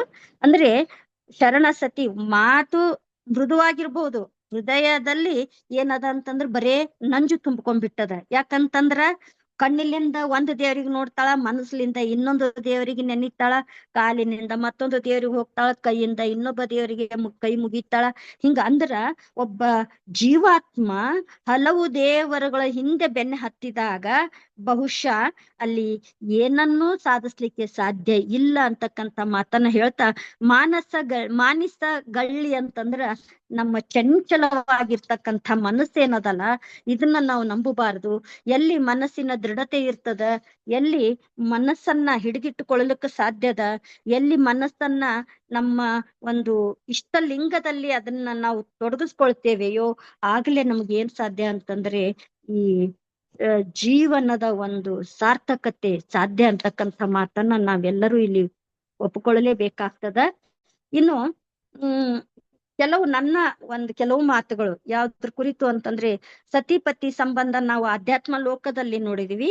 ಈಗ ನಮ್ಮ ಇಹದ ಲೋಕದಲ್ಲಿ ನೋಡೋದಾದ್ರೆ ಸತಿಪತಿಗಳ ಸಂಬಂಧ ಹೇಗಿದೆ ಅಂತ ಕೇಳಿದಾಗ ಬಹುಶಃ ನಮ್ಮೆಲ್ಲರಿಗೂ ಗೊತ್ತದ. ಮೋಳಿಗೆ ಮಹಾದೇವಿ ಅಮ್ಮನವರು ಅಲ್ಲಿ ಪುರುಷ ಅಂದ್ರೆ ತನ್ನ ಪತಿಯನ್ನ ಅವರು ಏನ್ ಮಾಡಿದ್ರು ಅಂತಂದ್ರೆ ಎಚ್ಚರಗೊಳಿಸ್ತಾರೆ. ನಮ್ಗೆಲ್ಲರಿಗೂ ಗೊತ್ತಿರೋ ಹಾಗೆ ಅವರು ಕಾಶ್ಮೀರದಿಂದ ಬಂದವರು ಭೋಪಾಲ ರಾಜ ಅವರು ಇಲ್ಲಿ ಕಲ್ಯಾಣಕ್ಕೆ ಬಸವಣ್ಣನವರ ಒಂದು ಅವರ ಚಟುವಟಿಕೆಗಳನ್ನ ನೋಡಿ ಅಲ್ಲಿ ನಡೀತಿರ್ತಕ್ಕಂಥ ಈ ಎಲ್ಲಾ ಆ ಒಂದು ಅಂದ್ರೆ ಪವಾಡಗಳನ್ನ ಅಂತಾನೆ ನಾವ್ ಹೇಳ್ಬೋದು. ಅವೆಲ್ಲವುಗಳನ್ನ ನೋಡಿ ಅವರು ಕಲ್ಯಾಣಕ್ಕೆ ಬಂದಾಗ ಯಾಕೋ ಒಂದು ಸಲ ಅವ್ರಿಗೆ ಏನಾಗ್ತದೆ ಅಂತಂದ್ರೆ ನಾವ್ ಇಲ್ಲಿ ಬಂದು ಏನನ್ನ ಸಾಧಿಸ್ಬೇಕಾಗಿತ್ತು ಅದು ಸಾಧಿಸಿಲ್ಲ ಅಂತ ಮಾರಯ್ಯನವ್ರಿಗೆ ಅನಿಸ್ದಾಗ ಮಹಾದೇವಿ ಅಮ್ಮ ಹೇಳ್ತಾರ, ನೀವು ತಿಳ್ಕೊಳ್ಳೋದು ತಪ್ಪದ. ಯಾಕಂತಂದ್ರ ಒಂದು ಸಲ ನೀವೇನೋ ನಿಮ್ಮ ಒಂದು ಶಕ್ತಿಯಿಂದ ಕಟ್ಟಿಗೆಯನ್ನ ನೀವು ಬಂಗಾರ ಮಾಡಿರ್ಬಹುದು, ಆದರೆ ಅದೆಲ್ಲವೂ ನೀವು ತಲೆಗೆ ತಗೋಬಾರ್ದು. ಏನು ಅಂದ್ರ ನಾನೊಬ್ಬ ಹೆಣ್ಣು ಮಗಳಿಗೆ ಹೇಳ್ತಾ ಇದ್ದೇನೆ, ನೀವು ತದೇಕ ಚಿತ್ತದಿಂದ ಇಲ್ಲಿ ನಡೀತಿರ್ತಕ್ಕಂಥ ಎಲ್ಲಾ ಆಗು ಹೋಗುಗಳನ್ನ ನೋಡಿ ನೀವು ಸಾಕಷ್ಟು ಏನಂದ್ರ ನಿಮ್ಮೊಳಗೊಂದು ಬದಲಾವಣೆ ಆಗಿದೆ. ಅದನ್ನ ನೀವು ನೆನಪಿಸ್ಕೊಳ್ಬೇಕೆ ಹೊರತಾಗಿ ನಾನ್ ಯಾಕೆ ಇಲ್ಲಿ ನಾ ಇಲ್ಲಿ ಬಂದಿರಿ ಏನ್ ಸಾಧಿಸ್ದ ಅಂತಕ್ಕಂಥ ಮಾತು ನೀವು ವಿಚಾರ ಮಾಡ್ಲೇಬಾರದು ಅಂತಕ್ಕಂಥ ಒಂದು ಎಚ್ಚರಿಕೆಯ ಸಂದೇಶವನ್ನ ಅಲ್ಲಿ ಕೊಟ್ಟು, ಇದು ಸ್ತ್ರೀ ಮಾತಂತ ಧಿಕ್ಕರಿಸಬೇಡ್ರಿ, ಒಂದು ಹೆಣ್ಣು ಹೇಳ್ತಾ ಅಂತ ಧಿಕ್ಕರಿಸಬೇಡ್ರಿ, ಇದು ನೀವು ಅನುಭವಿಸಿ ನೋಡ್ರಿ ಅಂತಕ್ಕಂಥ ಮಾತು ಹೇಳಿ ಅವಳು ಮೋಳಿಗೆ ಮಾರಯ್ಯನವರನ್ನ ಮೇಲೆ ಕೆತ್ತುತ್ತಾಳೆ ಅಂತಕ್ಕಂಥ ಮಾತು. ಮತ್ತು ಐದಕ್ಕಿಲಕ್ಕಮ್ಮಂದಂತೂ ನಮ್ಗೆಲ್ಲರಿಗೂ ಗೊತ್ತೇ ಅದ. ಏನಂತಂದ್ರ ಕಾಯಕಕ್ಕೆ ಚೂರು ಧಕ್ಕೆ ಬರಬಾರ್ದು ಅನ್ನೋ ನಿಟ್ಟಿನಲ್ಲಿ ಮಾರಯ್ಯನನ್ನ ಈ ಕಾಯಕದ ಸಮಯ ಆಯ್ತು, ಇಲ್ಲಿಂದ ಹೋಗ್ಬೇಕು ಅಂತಕ್ಕಂಥ ಎಚ್ಚರಿಕೆ. ಇನ್ನು ನೀಲಾಂಬಿಕೆ ಬಹುಶಃ ನಮ್ಗೆಲ್ಲರಿಗೂ ಗೊತ್ತದ, ಬಸವಣ್ಣನವರು ಕೂಡಲ ಸಂಗಮಕ್ಕೆ ಹೋದಾಗ ಅವ್ರನ್ನ ಕರೆತರಲಿಕ್ಕೆ ಕಕ್ಕಯ್ಯನವ್ರು ಬಂದಾಗ ಅಲ್ಲಿ ನಿಮಗ್ ಕರಿತರ್ಲಿ ಹೇಳ್ಯಾರ ಅಂತಂದಾಗ ಕೂಡಲ ಸಂಗಮ ಅಲ್ಲಿನೂ ಅದಾರ, ಇಲ್ಲಿನೂ ಅದಾರ, ಇಲ್ಲಿ ಬಿಟ್ಟು ಅಲ್ಲಿ ಹೋಗಿ ಯಾಕೆ ಹುಡುಕಾಡಿದ್ರು ಅಂತಕ್ಕಂಥ ಮಾತನ್ನ ಹೇಳಿ ಅಲ್ಲಿದ್ದ ಸಂಗಯ್ಯ ಇಲ್ಲಿಲ್ಲವೇ ಅಂತ ಪ್ರಶ್ನೆ ಮಾಡ್ತಾಳೆ. ಹೀಗೆ ಎಲ್ಲಾ ಸತಿಯಂದಿರು ಇವತ್ತೇನದಾರ ಅಂದ್ರೆ ಬಹಳ ಎತ್ತರಕ್ಕೆ ಹೋಗಿದ್ದಾರೆ. ಅದರ ಅರ್ಥ ಪತಿ ಈಗ ಹಡಪದ ಅಪ್ಪಣ್ಣನವರಿಂದ ಲಿಂಗಮ್ಮ ತಾಯಿಯವರು ಏನಾದ್ರು ಅಂತಂದ್ರೆ ಬಹಳ ಎತ್ತರಕ್ಕೆ ಹೋದ್ರು. ನನ್ನ ಸಕಲ ಸಮಸ್ಯೆಗಳಿಗೂ ಇವತ್ತು ನನಗ್ ದೇವ್ರ್ಯಾರು ಅಂತಂದ್ರೆ ಹಡಪದ ಅಪ್ಪಣ್ಣ ಅಂತ ಹೇಳ್ತಾರ.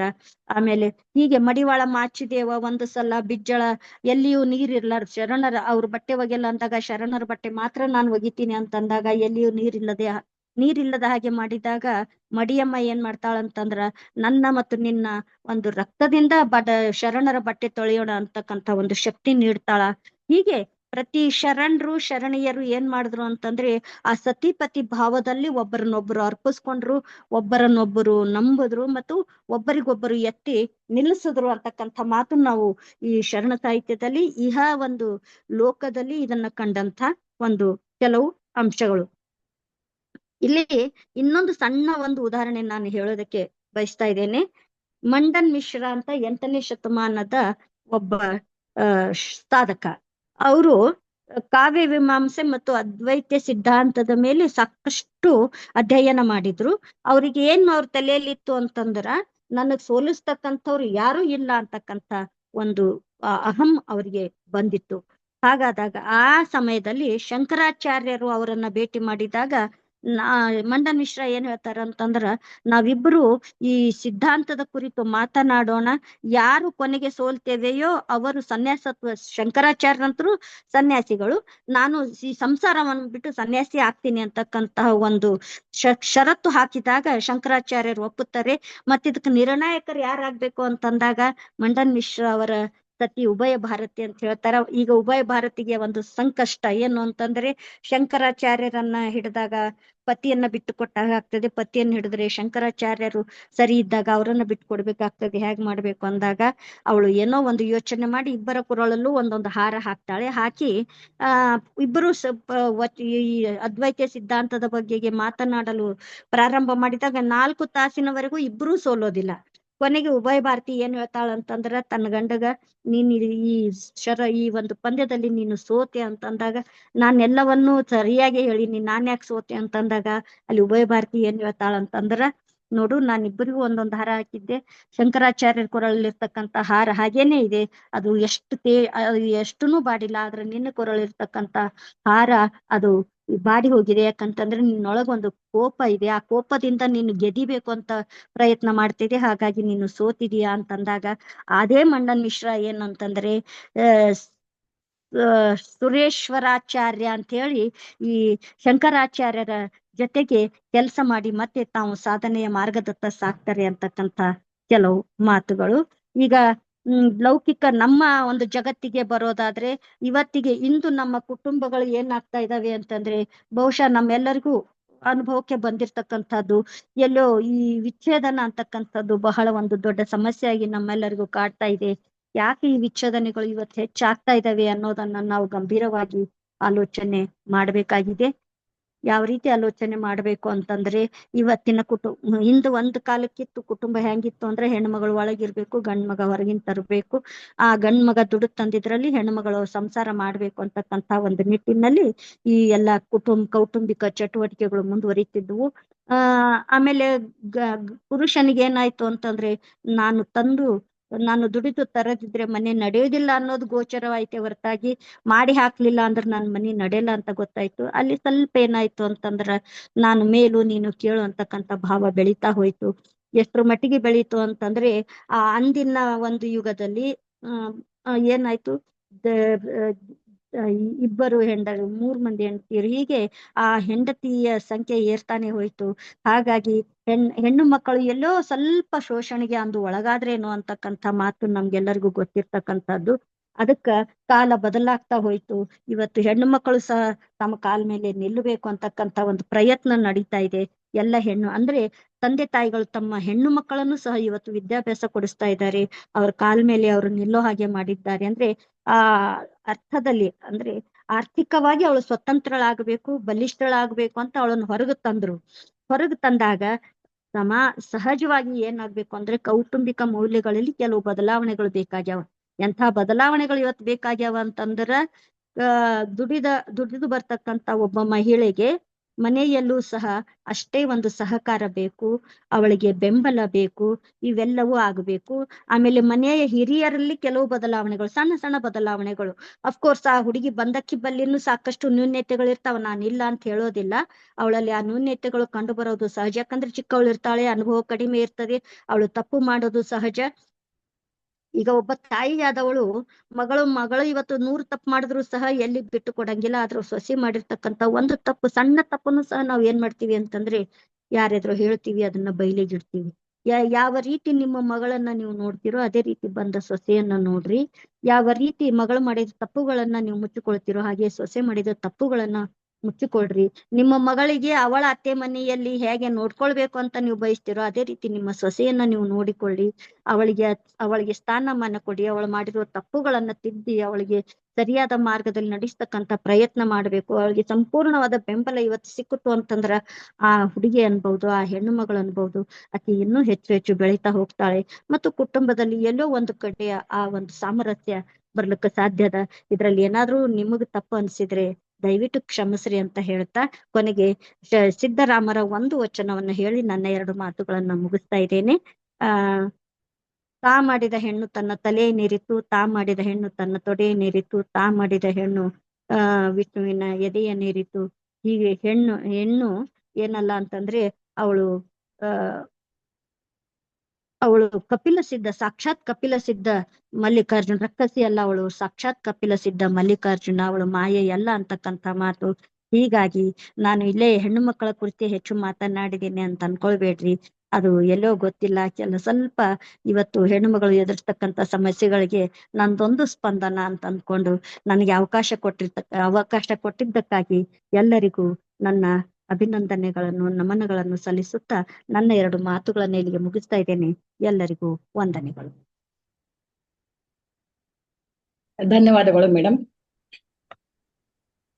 ಶರಣಸತಿ ಲಿಂಗಪತಿ ಎಂಬ ಭಾವವನ್ನ ಮೊದಲಿಗೆ ಪ್ರತಿಪಾದಿಸಿದವರು ಮಹಾದೇವಿ ಅಕ್ಕ ಅವರು ಅದರಂತೆ ಬದುಕಿದ್ರು ಕೂಡ ಈ ಪರಿಕಲ್ಪನೆಯನ್ನ ಬಸವಣ್ಣನವರು ಸೇರಿದಂತೆ ಅನೇಕ ಶಿವಶರಣರು ಅನುಭವ ಮಂಟಪದ ಒಂದು ತತ್ವವಾಗಿ ರೂಪುಗೊಳಿಸಿದ್ರು.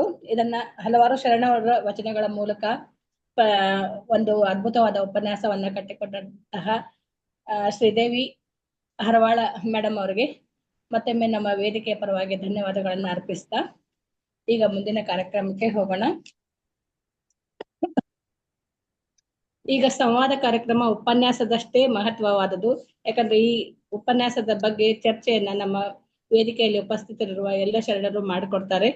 ಇದನ್ನ ನಡೆಸ್ಕೊಡ್ಬೇಕಂತ ವಿಜಯಕುಮಾರ್ ಕಮ್ಮಾರ್ ಸರ್ ಅಲ್ಲಿ ಕೇಳ್ಕೊಳ್ತಾ ಇದ್ದೀನಿ.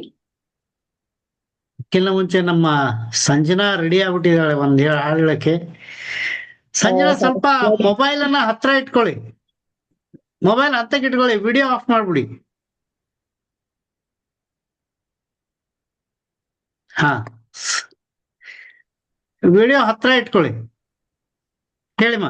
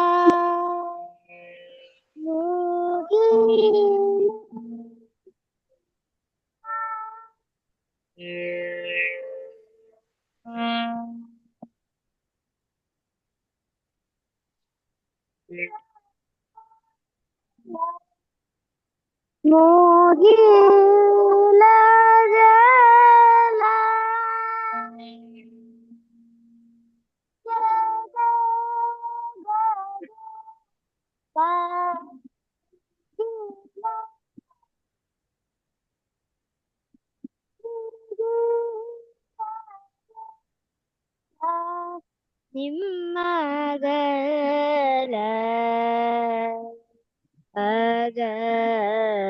ಅಗಲದಿಂದ ತತ್ತ ನಿಮ್ಮ ಹೀಚರ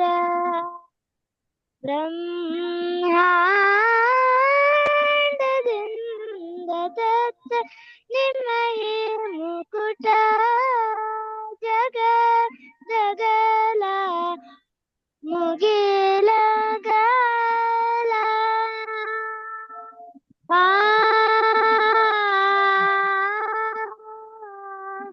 ಆ ಆ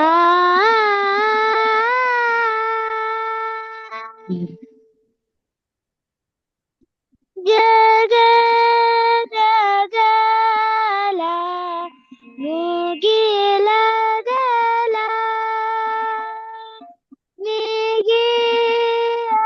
ನೀಗಿಯಗಲ ನಿಮ್ಮಗಲ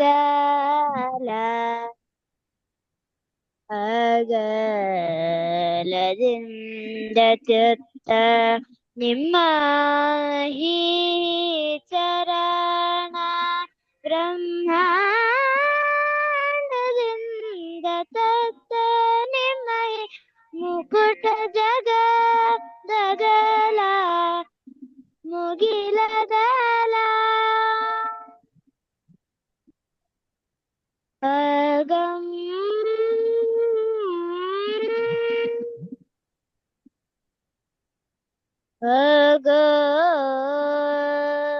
ಅಗೋಚರ ಅಭ್ರಮಣ ಲಿಂಗವೇ ಕೂಡಲ ಸಂಗಮ ದೇವೈ ಎನ್ನ ಕರಸಲಂದು ಜುಳುಕಾದಿರಿಯ ಜಗ ಜಗಲ ಮುಗಿಲಗಲ ಆ ಆ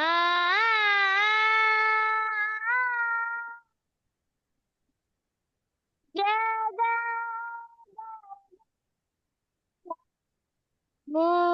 ಮುಗಿಲಗಲ ಜಗ ಮುಗಿಲಗಲ ಜಗ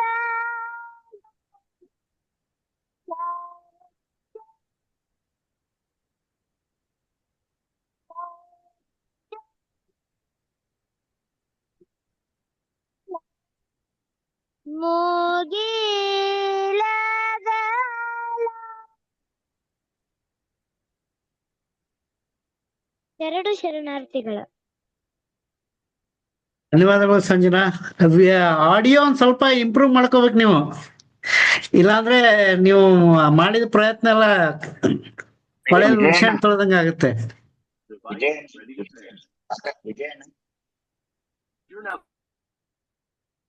ಹಲೋ, ನುಲಿ ಸರ್ ಮಾತಾಡಿ ಸರ್. ಈ ಸಂಗೀತ ಆಂಗ್ಲ ಜೀವನದಲ್ಲಿ ಅವ್ರು ಹೇಳಿ ನೇರವಾಗಿ ಅವ್ರು ರಸ್ತೆ ಮಾಡ್ಬೋದು. ಇನ್ಸ್ಟ್ರೂಮೆಂಟ್ಸ್ ಯಾವಾಗಲೂ ಉಪಯೋಗ ಮಾಡ್ಕೊಂಡಿದ್ದೀನಿ, ಅದು ಬರೋಲ್ಲ. ಅವ್ರಿಗೆ ಹೇಳ್ಬಿಡಿ ಸರ್. ಇಲ್ಲ, ಅಲ್ಲಿ ಹೈ ಫ್ರೀಕ್ವೆನ್ಸಿ ಕ್ಯಾಚ್ ಆಗಲ್ಲ ಅದು, ಅದಕ್ಕೆ ಅವರು ಎಲ್ಲ ಬಿಟ್ಟು ಕೇವಲ ವೋಕಲ್ ಮಾತ್ರ ಆಡಿದ್ರೆ ಚೆನ್ನಾಗಿರುತ್ತೆ. ತಗೊಳ್ಳಲ್ಲ, ಯಾವುದೇ ಇನ್ಸ್ಟ್ರೂಮೆಂಟ್ ತಗೊಳ್ಳಲ್ಲ ಇದು ನಮ್ದು. Okay sir. ನುಲಿ ಸರ್, ಈ ಉಪನ್ಯಾಸದ ಬಗ್ಗೆ ಮಾತಾಡಿ ಸರ್. ಆಯ್ತು. ಹರವಾಳ್ ಮೇಡಮ್ ಇವತ್ತಿನ ಕರೆನ್ಸಿ ಇದೊಂದು ಅತ್ಯಂತ ವಿಶಾಲವಾದ ವಿಷಯ. ಬಹಳ ಅಚ್ಚುಕಟ್ಟಾಗಿ ಇಹಪರ ಎರಡರಲ್ಲೂ ಅದನ್ನ ನನ್ನ ಧ್ವನಿ ಕೇಳಿಸ್ತಾ ಇದೆ ನಮ್ಗೆ. ನುಲಿ ಸರ್, ಸ್ವಲ್ಪ ನಿಮ್ದು ವಾಯ್ಸ್ ಬ್ರೇಕ್ ಆಗ್ತಿದೆ. ಹೌದಾ, ಒಂದೇ ನಿಮಿಷ ನಿಲ್ಲಿ. ಇನ್ನೊಬ್ರಿಗೆ ಕೊಡಿ, ನಾನು ಅಡ್ಜಸ್ಟ್ ಮಾಡೋದಂತ. Yes sir, yes sir, yes sir. Okay, Neelambika ಅಕ್ಕ ಅವ್ರು ಮಾತಾಡಿ.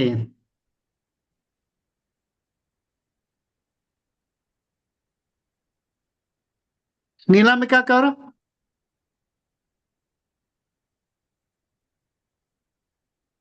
ಓಕೆ, ಗುರುಪ್ರಸಾದ್ ಕುಚ್ಚಂಗಿ ಸರ್ ಮಾತಾಡ್ತೀರಾ?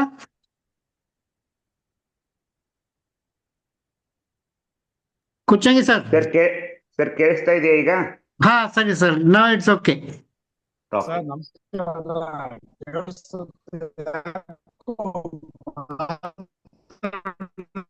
ಕೇಳಿಸ್ತಾ ಇಲ್ಲ.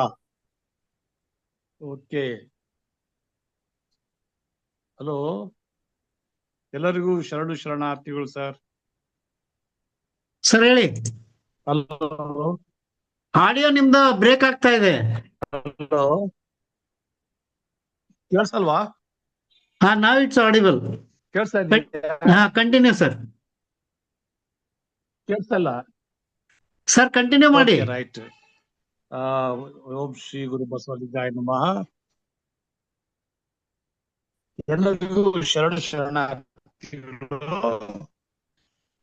ಮೇಡಮ್ ತುಂಬಾ ಚೆನ್ನಾಗಿ ಕಾಮೆಂಟ್ಸ್ ಮಾಡಿದ್ದೇನೆ, ಹೇಳಿದ್ದಾರೆ. ಒಂದು ಕಟ್ಟಿದ ಲಿಂಗವನ್ನು ಮತ್ತೊಂದು ಕಾಶಿ ಲಿಂಗ ಬಗ್ಗೆ ಅಂಬಿಗರ ಚೌಡಯ್ಯನವರು ಶರಣ ಸತಿ ಲಿಂಗಪತಿ ಬಗ್ಗೆನೆ ಒಂದು ವಚನ ಹೇಳಿದ್ದಾರೆ. ನಾನು ಅವ್ರಿಗೆ ಚಾಟ್ಸ್ ಅಲ್ಲಿ ಹಾಕಿದ್ದೀನಿ, ಅದ್ರದ್ದು ವಚನ ಹಾಕಿದ್ದೀನಿ. ಅದ್ರ ಬಗ್ಗೆ ಅವರು ನೋಡಿದ್ದೀನಿ. ಅದ್ರ ಬಗ್ಗೆ ಅವ್ರು ಮೇಡಮ್ ಅದ್ರ ಬಗ್ಗೆ ಏನು ಹೇಳ್ತಾರೆ ಅನ್ನೋದನ್ನ ಮಾತ್ರ ಕೇಳಲಿಕ್ಕೋಸ್ಕರ ನನಗೊಂದು ಆಸಕ್ತಿ. ಅದರ್ವೈಸ್ ಶರಣಸತಿ ಲಿಂಗಪತಿ ತುಂಬಾ ಅದ್ಭುತವಾದ ಒಂದು ಪರಿಕಲ್ಪನೆ ಮತ್ತು ಅದ್ರ ಒಳ್ಳೆ ವ್ಯಾಖ್ಯಾನವನ್ನು ಮಾಡಿದ್ದಾರೆ ಅವರು. ಬಹಳ ಚೆನ್ನಾಗಿ, ಬಹಳ ಇಷ್ಟ ಆಯ್ತು. ಮತ್ತೆ ಅವರು ಈಗಿನ ಸಮಾಜದಲ್ಲಿ ನಡೆಯುವಂತಹ 30-35 ವರ್ಷ ಸಂಸಾರದಲ್ಲಿ ಜಗಳವಾಡಿಕೊಂಡು ಯಾವ್ದು ಬೆಸ್ಟ್ ಪೇರ್ ಅನ್ನೋ ಒಂದು ಕಾಂಪಿಟಿಷನ್ ಅಲ್ಲಿ ಗೆದ್ದು, ಅಂದ್ರೆ ಅವರು ಜಗಳ ಆಡುವುದು ಕೈ ಹಿಡಿದುಕೊಂಡು ಜಗಳ ಆಡಿದ್ರೆ ವಿನಃ ಕೈ ಬಿಟ್ಟು ಯಾವತ್ತು ಜಗಳ ಆಡಿಲ್ಲ ಅವರಿಬ್ರು ಅಂತ ನನ್ನ ಅನಿಸಿಕೆ. ಹಾಗೆ ಇತ್ತಿನ ಕಾಲದಲ್ಲಿ ಮತ್ತೆ ಅತ್ತೆ ಮತ್ತು ಸೊಸೆ ಮತ್ತು ಮಗಳ ಹೇಳಿದ್ರು. ಎರಡೂ ಅದ್ರ ಸಮಯ ಸಂದರ್ಭಕ್ಕೆ ಕಾಲಯಾತ ಸ್ಮರಣೆ ಆತರ ಇರ್ತದೆ ಅಂತ ನಾನು ಭಾವಿಸ್ತೇನೆ. ನನಗೆ ಈ ಅಂಬಿಗರ ಚೌಡಯ್ಯನವ್ರದ ವಚನಕ್ಕೆ ಮಾತ್ರ ಅದಕ್ಕೆ ಒಂದು ಸಣ್ಣ ಉತ್ತರ ಸಾಕು. ಅವಕಾಶ ನೀಡಿದ್ದಕ್ಕಾಗಿ ಧನ್ಯವಾದಗಳು sir. Thank you sir, thank you. ನಿಮ್ಮ ಇದನ್ನ ನೋಡಿದೆ ನಾನು, ನೀವು ಚಾಟ್ ಬಾಕ್ಸ್ ಅಲ್ಲಿ ಹಾಕಿದ್ದೀರಿ ಅದನ್ನ. Thank you Kuchchangi sir. Doctor Dayanand sir, you can continue please sir. ಹೌದೌದು. ಎಲ್ಲರಿಗೂ ಶರಣು ಶರಣಾರ್ಥಿಗಳು. ಓಂ ನಮಃ ಶಿವಾಯ. ಮೇಡಮ್ ಹರವಾಳ್ ಮೇಡಮ್ ಅವರು ತುಂಬಾ ಚೆನ್ನಾಗಿ ಇವತ್ತಿನ ಒಂದು ಶರಣಸತಿ ಲಿಂಗಪತಿ, ಇದೊಂದು ಅತ್ಯಂತ ವಿಶಾಲವಾದ ವಿಷಯ. ಅವರು ವಚನಕಾರರ ಆಗಿನ ಕಾಲದಿಂದ ಹಿಡಿದು ಇವತ್ತಿಗೂ ಕೂಡ ಅದು ಹೇಗೆ ಹೇಗೆ ನಾವು ಅದನ್ನ ತೆಗೆದುಕೊಳ್ಬಹುದು ಶರಣಸತಿ ಲಿಂಗಪತಿ ಅನ್ನೋ ವಿಷಯದ ಬಗ್ಗೆ ಹೇಳಿದ್ರು.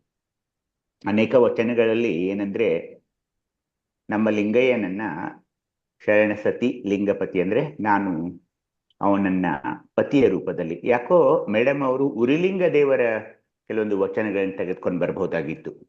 ನಲ್ಲನ ಕೂಡುವ ಭರದಲ್ಲಿ ಎನ್ನುವ ನಿದಿರುವನೇನೆಂದರಿಯೇನು, ನಲ್ಲನ ಕೂಡುವಾಗಳು ಎನ್ನುವ ನಲ್ಲನೇನೆಂದರಿಯೇನು, ಉರುಲಿಂಗ ದೇವನ ಕೂಡಿದ ಬಳಿಕ ನಾನೂ ತಾನೂ ಏನೆಂದರಿಯೇನು, ಹಾಗೇನೆ ನಲ್ಲನ ಕೂಡಿದ ಸುಖದ ಸುಗ್ಗಿಯ ನಾನೇನೆಂಬೆ ಕೆಳದಿ, ಸುಖದ ಸವಿ ಸ್ರವಿಸಿ ಹರಿಯಿತು, ಕೇಳಲು ನಾಚಿಕೆ ಕೇಳಲು ನಾಚಿಕೆ ಕೆಳದಿ, ಸುಖರಸ ಮಡುಗಟ್ಟಿದಲ್ಲಿ ಉರುಲಿಂಗ ದೇವನ ಕೂಡಿದ ಸುಖ ಸಾಗರದಲ್ಲಿ ಕ್ರೀಡಿಸುತ್ತಿರುವುದೇ ಕೆಳದಿ.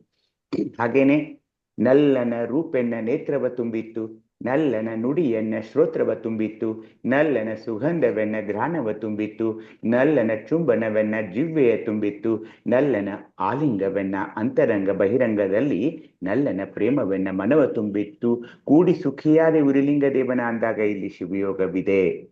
ನಲ್ಲನ ರೂಪೆನ್ನ ನೇತ್ರವ ಅಂದಾಗ ನಮಗೆ ಶಿವಲಿಂಗ ನೆನಪವಾಗಬೇಕು. ನಲ್ಲನ ನುಡಿಯನ್ನ ಶ್ರೋತ್ರವ ತುಂಬಿತ್ತು ಅಂದಾಗ ಪ್ರಸಾದ ಲಿಂಗ ನೆನಪಾಗಬೇಕು. ನಲ್ಲನ ಸುಗಂಧವೆನ್ನ ಘ್ರಾಣವ ತುಂಬಿತ್ತು ಅಂದಾಗ ಆಚಾರ ಲಿಂಗದ ಪೂಜೆ ಆಗ್ತಾ ಇದೆ. ನಲ್ಲನ ಚುಂಬನವೆನ್ನ ಜಿವ್ವೆಯ ತುಂಬಿತ್ತು ಅಂದಾಗ ಅಲ್ಲಿ ಗುರುಲಿಂಗದ ಆಚರಣೆ ಅಥವಾ ಆರಾಧನೆ ಆಗ್ತಾ ಇದೆ. ನಲ್ಲನ ಆಲಿಂಗವೆನ್ನ ಅಂತರಂಗ ಬಹಿರಂಗದಲ್ಲಿ ಅಂದಾಗ ಸ್ಪರ್ಶ ಜಂಗಮಲಿಂಗದ ಆಚರಣೆ ಅರ್ಚನೆಯಲ್ಲಿ ಆಗ್ತಾ ಇದೆ. ನಲ್ಲನ ಪ್ರೇಮವೆನ್ನ ಮನವ ತುಂಬಿತ್ತೆ ಅಂದಾಗ ನಾವು ಮಹಾಲಿಂಗಕ್ಕೆ, ಆಜ್ಞಾಚಕ್ರದಲ್ಲಿರುವ ಮಹಾಲಿಂಗಕ್ಕೆ ಹೋಗ್ತಾ ಇದ್ದೀವಿ ಬಂಧುಗಳೇ. ಈ ವಚನಗಳು ಹಾಗೆ ಸಾಕ್ತಾ ಇವೆ. ಒಂದು ಸಾರಿ ಅವ್ರು ಹೀಗೆ ಹೇಳ್ತಾರೆ, ನೆನಹಿನ ನಲ್ಲನು ಮನೆಗೆ ಬಂದಡೆ ನೆನೆವುದಿನ್ನಾರನವ್ವ, ನೆರವ ಕ್ರಿಯೆಯಲ್ಲಿ ನೆರೆದು ಸುಖಿಸುವುದಲ್ಲದೆ ನೆನೆವುದಿನ್ನಾರನವ್ವ, ನೆನಹಿನ ನಲ್ಲ ಉರಿಲಿಂಗ ದೇವನ ಕಂಡ ಬಳಿಕ ನೆನೆವುದಿನ್ನಾರ ಹೇಳವ ಅಂದುವಾಗ ಈ ವಚನಗಳು ಶರಣಸತಿ ಲಿಂಗಪತಿಯ ಒಂದು ಭಾವ. ಇಡೀ ಶಿವಯೋಗ ಅಥವಾ ಶರಣೆಯರು ಏನ್ ಹೇಳ್ತಿದ್ದಾರೆ ಅಂದ್ರೆ, ಈ ಶರಣಸತಿ ಲಿಂಗಪತಿ ಅನ್ನೋ ಭಾವ ಏನಂದ್ರೆ, ಪ್ರತಿ ಪುರುಷನಲ್ಲಿ ಪ್ರತಿ ಮಹಿಳೆಯಲ್ಲಿ ಈ ಶರಣಸತಿ ಲಿಂಗಪತಿ ಭಾವ ಯಾವಾಗ್ಲೂ ಇರ್ತಾ ಇದೆ. ಅಂಗವೆಂದರೆ ಸತಿ, ಲಿಂಗವೆನ್ನೋದೇ ಪತಿ. ಇದು ಆದಾಗ ಏನಾಗುತ್ತೆ, ಶಿವಯೋಗದಲ್ಲಿ ನಾವು ಇಷ್ಟಲಿಂಗ ಪೂಜೆ ಮಾಡುತ್ತಿರುವಾಗ ಏನಾಗ್ತಾ ಇದೆ ಅಂದ್ರೆ, ಈ ಇಡಾ ಮತ್ತು ಪಿಂಗಳ ನಾಡಿಗಳ ಒಂದು ಶಿವಯೋಗ ಅಲ್ಲಿ ನಡೀತಾ ಇದೆ. ಓಂ ನಮಃ ಶಿವಾಯ ಅಂತ ನಾವು ಮಂತ್ರ ಸ್ಫುರಣೆ ಮಾಡುವಾಗ ಇಡಾ ಮತ್ತು ಪಿಂಗಳ ನಾಡಿಗಳ ಹೇಗೆ ಓಂ ನಮಃ ಶಿವಾಯ ಮಂತ್ರಶೋ ಉಚ್ಚಾರದಿಂದ ಇಡಾ ನಾಡಿ ಪಿಂಗಳ ನಾಡಿಯ ಒಂದು ಸಮನ್ವಯತೆಯಾಗಿ ನಡುವಿರುವ ಸುಷುಮ್ನ ನಾಡಿಯ ಜಾಗೃತಿಯಾಗೋದು ಕೂಡ ಈ ಶರಣಸತಿ ಲಿಂಗಪತಿ ಎಂಬ ಭಾವದಲ್ಲಿ ಅನ್ನೋದನ್ನ ಅರ್ಥ ಮಾಡಿಕೊಳ್ಳಬೇಕು. ಶರಣಸತಿ ಲಿಂಗ ಭಾವದಲ್ಲಿ ಇದ್ದಾಗ ಮಾತ್ರ ಸುಷುಮ್ನ ನಾಡಿ ಜಾಗೃತವಾಗಿ ನೀವು ನೇರವಾಗಿ ಮೇಲೆ ಬ್ರಹ್ಮರಂಧ್ರಕ್ಕೆ ಹೋಗೋಕೆ ಈ ತತ್ವ ಶರಣಸತಿ ಲಿಂಗಪತಿ ಒಂದು ಅದು ಆ ಭಾವ ಇರಲೇಬೇಕು. ಈ ಶರಣಸತಿ ಲಿಂಗಪತಿ ಅನ್ನೋವಾಗ ಅಹಂಭಾವ, ನನ್ನಲ್ಲಿರುವ ಅಹಂಭಾವ ಇಟ್ ಕಂಪ್ಲೀಟ್ಲಿ ಬಿಕಮ್ಸ್ ಜೀರೋ. ಅದೇ ಶಿವಯೋಗಕ್ಕೆ ಬೇಕಾದ ಒಂದು ಆದ್ಯತೆ ಅಥವಾ ಅಗತ್ಯವಾಗಿ ಬೇಕಾದ ಒಂದು ತತ್ವವಾಗಿದೆ. ಯಾವುದು? ಅಹಂಭಾವ. ಶರಣಸತಿ ಲಿಂಗಪತಿ ಆದಾಗಲೇ ನಾವು ಅಹಂಭಾವವನ್ನು ತ್ಯಜಿಸಬಹುದೇ ಹೊರತು ಹಾಗೆಯೇ ಅದು ಬರುತ್ತದೆ ಅಂದ್ರೆ ತಪ್ಪಾಗುತ್ತದೆ. ಯಾವಾಗಲೂ ಆ ಭಾವದಲ್ಲಿರಬೇಕು. ಏನು ಯಾವ ಭಾವ? ಲಿಂಗಪತಿ. ನನ್ನ ಎಲ್ಲಾ ಪಂಚೇಂದ್ರಿಯಗಳು, ನನ್ನ ಎಲ್ಲಾ ಕರ್ಮೇಂದ್ರಿಯಗಳು, ನಾನು ಮಾಡುವ ಎಲ್ಲಾ ಕಾರ್ಯಗಳು, ನಾನು ಮಾಡುತ್ತಿರುವ ಎಲ್ಲಾ ಸೇವೆಗಳು, ನನಗೆ ಸಿಗುತ್ತಿರುವ ಎಲ್ಲ ಪ್ರಸಾದ ರೂಪದಲ್ಲಿ ಸಿಗುತ್ತಿರುವ, ಅದು ಯಾವುದೇ ರೂಪದಲ್ಲಿ ಸಿಗ್ತಾ ಇರಲಿ, ಪ್ರಸಾದ ಅಂದ ತಕ್ಷಣ ಆಹಾರವಲ್ಲ, ಯಾವುದನ್ನ ನಾನು ಕೇಳ್ತಾ ಇದ್ದೀನೋ, ಯಾವುದನ್ನ ನಾನು ನೋಡ್ತಾ ಇದ್ದೀನೋ, ಯಾವುದನ್ನ ನಾನು ಸ್ಪರ್ಶನೆ ಮಾಡ್ತಾ ಇದ್ದೀನಿ, ಅದು ಎಲ್ಲ ಕೂಡ ನನ್ನ ಲಿಂಗಪತಿಯಿಂದಲೇ ಬರ್ತಾ ಇದೆ. ಆ ಶರಣಸತಿ ಲಿಂಗಪತಿ ಭಾವ ಅಷ್ಟೊಂದು ಮೇರು ಮಟ್ಟಕ್ಕೆ ಹೋದಾಗ ಮಾತ್ರ ಶಿವಯೋಗದ ಸಾಕಾರತೆ ಆಗ್ತಾ ಇದೆ. ಹಾಗೇನೆ ಅವರು ಇಂದಿನ ಕೆಲವೊಂದು ಇವತ್ತಿನ ಜಗತ್ತಿಗೆ ಬಂದು ಕೆಲವೊಂದು ಉದಾಹರಣೆಗಳನ್ನ ಹೇಳಿದ್ರು. ಏನು? ಅತ್ತೆಯಾದವಳು ತನ್ನ ಸೊಸೆಯನ್ನ ಮಗಳ ಹಾಗೆ ನೋಡಿಕೊಳ್ಳಬೇಕು. ಹೌದು, ನೋಡ್ಕೊಳ್ಬೇಕು. ಆದ್ರೆ ಯಾರು ನೋಡ್ಕೊಳ್ಳೋರು? ಯಾಕಂದ್ರೆ ಶರಣಸತಿ ಲಿಂಗಪತಿ ಭಾವ ಇಲ್ಲ. ಇಬ್ಬರೂ ಲಿಂಗಾರಾಧನೆ ಏನ್ ಮಾಡ್ಕೊಳ್ತಾ ಇಲ್ಲ, ಇಬ್ಬರೂ ಇಷ್ಟಲಿಂಗ ಪೂಜೆಯ ಆರಾಧಕರಾಗಿಲ್ಲ. ಇಲ್ಲಿ ನಾವೆಲ್ಲರೂ ಆ ಲಿಂಗಯ್ಯನ ಸತಿ ಅಂತ, ತಾಯಿಯಾಗ್ಲಿ, ಅತ್ತೆಯಾಗ್ಲಿ, ಮಗಳಾಗ್ಲಿ, ಸೊಸೆಯಾಗ್ಲಿ, ಎಲ್ಲರೂ ಆ ಅಹಂಭಾವವನ್ನು ತ್ಯಜಿಸಿದ್ದಾದ್ರೆ ಸಂಸಾರ ಬಂಗಾರವಾಗ್ತಾ ಇದೆ. ಈ ಒಂದು ಇಡೀ ವಿಶಾಲಾರ್ಥದಲ್ಲಿಯೇ ನಮ್ಮ ಮೇಡಮ್ ಹೇಳಿದ ಹಾಗೆ ವಿಶಾಲಾರ್ಥದಲ್ಲಿಯೇ ಇವೆರಡೇ ಅತ್ಯಂತ ಚಿಕ್ಕ ವಾಕ್ಯ ಇದು ಶರಣಸತಿ ಲಿಂಗಪತಿ. ಆದರೆ ಅದಕ್ಕಿರುವ ಸಾಗರದಷ್ಟು ಆಳವಾದ ಒಂದು ಚಿಂತನೆ ಈ ಒಂದು ವಾಕ್ಯದಲ್ಲಿ ಅಡಗಿದೆ. ಹೀಗಾಗಿ ಅವರು ತೆಗೆದುಕೊಂಡು ಬಂದಿರಲ್ಲ, ಅನೇಕ ವಚನಗಳನ್ನ ತೆಗೆದುಕೊಂಡು ಬಂದಿರೋರು. ಹಾಗೇನೆ ಶರಣಸತಿ ಲಿಂಗಪತಿ ಎಂಬರು ಶರಣ ಹೆಣ್ಣಾದ ಪರಿಯನ್ನಂತೂ ಲಿಂಗ ಗಂಡಾದ ಪರಿಯನ್ನಂತೂ ನೀರು ಕೂಡಿ ಬೆರದಲ್ಲಿ ಭೇದಿಸಿ ಬೇರೆ ಮಾಡಬಹುದು. ಅಂದ್ರೆ ಒಂದು ನೀರಲ್ಲಿ ಮತ್ತೊಂದು ನೀರನ್ನು, ಒಂದು ಗ್ಲಾಸ್ ನೀರಲ್ಲಿ ಮತ್ತೊಂದು ಗ್ಲಾಸ್ ನೀರು ಹಾಕಿದಾಗ ಅದನ್ನು ಬೇರೆ ಮಾಡೋಕ್ಕಾಗೋಲ್ಲ. ಹೀಗಾಗಿ ಗಂಡು ಹೆಣ್ಣು ಯೋಗವಾದಲ್ಲಿ ಆತುರ ಹೆಂಗೆ ಘಟ ಬೇರಾಯಿತು, ಇದು ಕಾರಣ ಶರಣಸತಿ ಲಿಂಗಪತಿ ಎಂಬ ಮಾತು ಮೊದಲಿಂಗೆ ಮೋಸ ಲಾಭಕ್ಕ ದೀನ ಉಂಟರಿ ಎಂದ ಅಂಬಿಗರ ಚೌಡಯ್ಯ ಅಂದಾಗ, ಶರಣಸತಿ ಲಿಂಗಪತಿಯ ಮೊದಲಿಂಗೆ ಮೋಸ ಅಂದ್ರೆ ಇದರ ಅರ್ಥ ಮಾಡಿಕೊಳ್ಳದೆ ನೀವು ಮಾತಾಡಬಾರ್ದು. ಇಲ್ಲಕ್ಕೆ ಮೋಸ ಹೋಗ್ಬಿಡ್ತೀರಾ ಈ ಮಾತಿಗೆ ನೀವು. ಅದು ಹಾಗಲ್ಲ. ಲಾಭಕ್ಕೆ ಅಧೀನ ಉಂಟಿರಿ ಎಂದ ನಂಬಿಗಿರ ಅಂದ್ರೆ ಇದರ ಅಗಾಧವಾದ ಅರ್ಥವನ್ನು ನಾವು ಪಡೆದುಕೊಳ್ಳದೆ ಹಾಗೆ ಶರಣಸತಿ ಲಿಂಗಪತಿ ಅದು ಹಾಗಾಗೋಲ್ಲ. ಶರಣಸತಿಯ ಲಿಂಗಪತಿ ಎಂಬ ಭಾವದ ಆಳಕ್ಕೆ ಇಳಿದಾಗ ಮಾತ್ರ ಇದನ್ನ ಯಾಕೆ ಹೇಳಿದ್ರು ಶರಣರು, ಇದನ್ನ ಯಾಕೆ ಶಿವಯೋಗದಲ್ಲಿ ತಗೊಂಡು ಬಂದ್ರು, ಎಲ್ಲಿವರೆಗೆ ನಾನು ಸತಿಯಾಗಿ ಆ ಲಿಂಗಪತಿಯ ಸೇವೆಯನ್ನು ಮಾಡುತ್ತಾ ಅವನಲ್ಲಿ ಲಿಂಗಾಂಗ ಸಮರಸ್ತಿಯನ್ನ ಸಾಧಿಸಿಕೊಳ್ಳೋದಿಲ್ವೋ ಅಲ್ಲಿವರೆಗೆ ಇದು ಬಾಳುವೆ ಆಗೋದಿಲ್ಲ ಅನ್ನೋದನ್ನೇ ಎಲ್ಲಾ ಶರಣೆಯರು ಹೇಳ್ತಾ ಇದ್ದಾರೆ.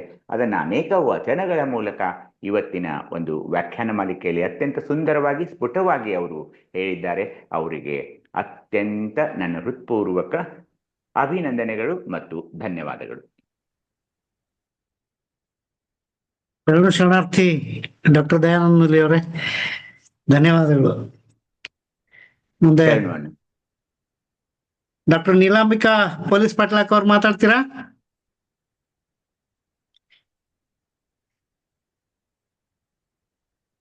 ಓಕೆ, ಹಲೋ ಹೇಳಿ ಅಕ್ಕ.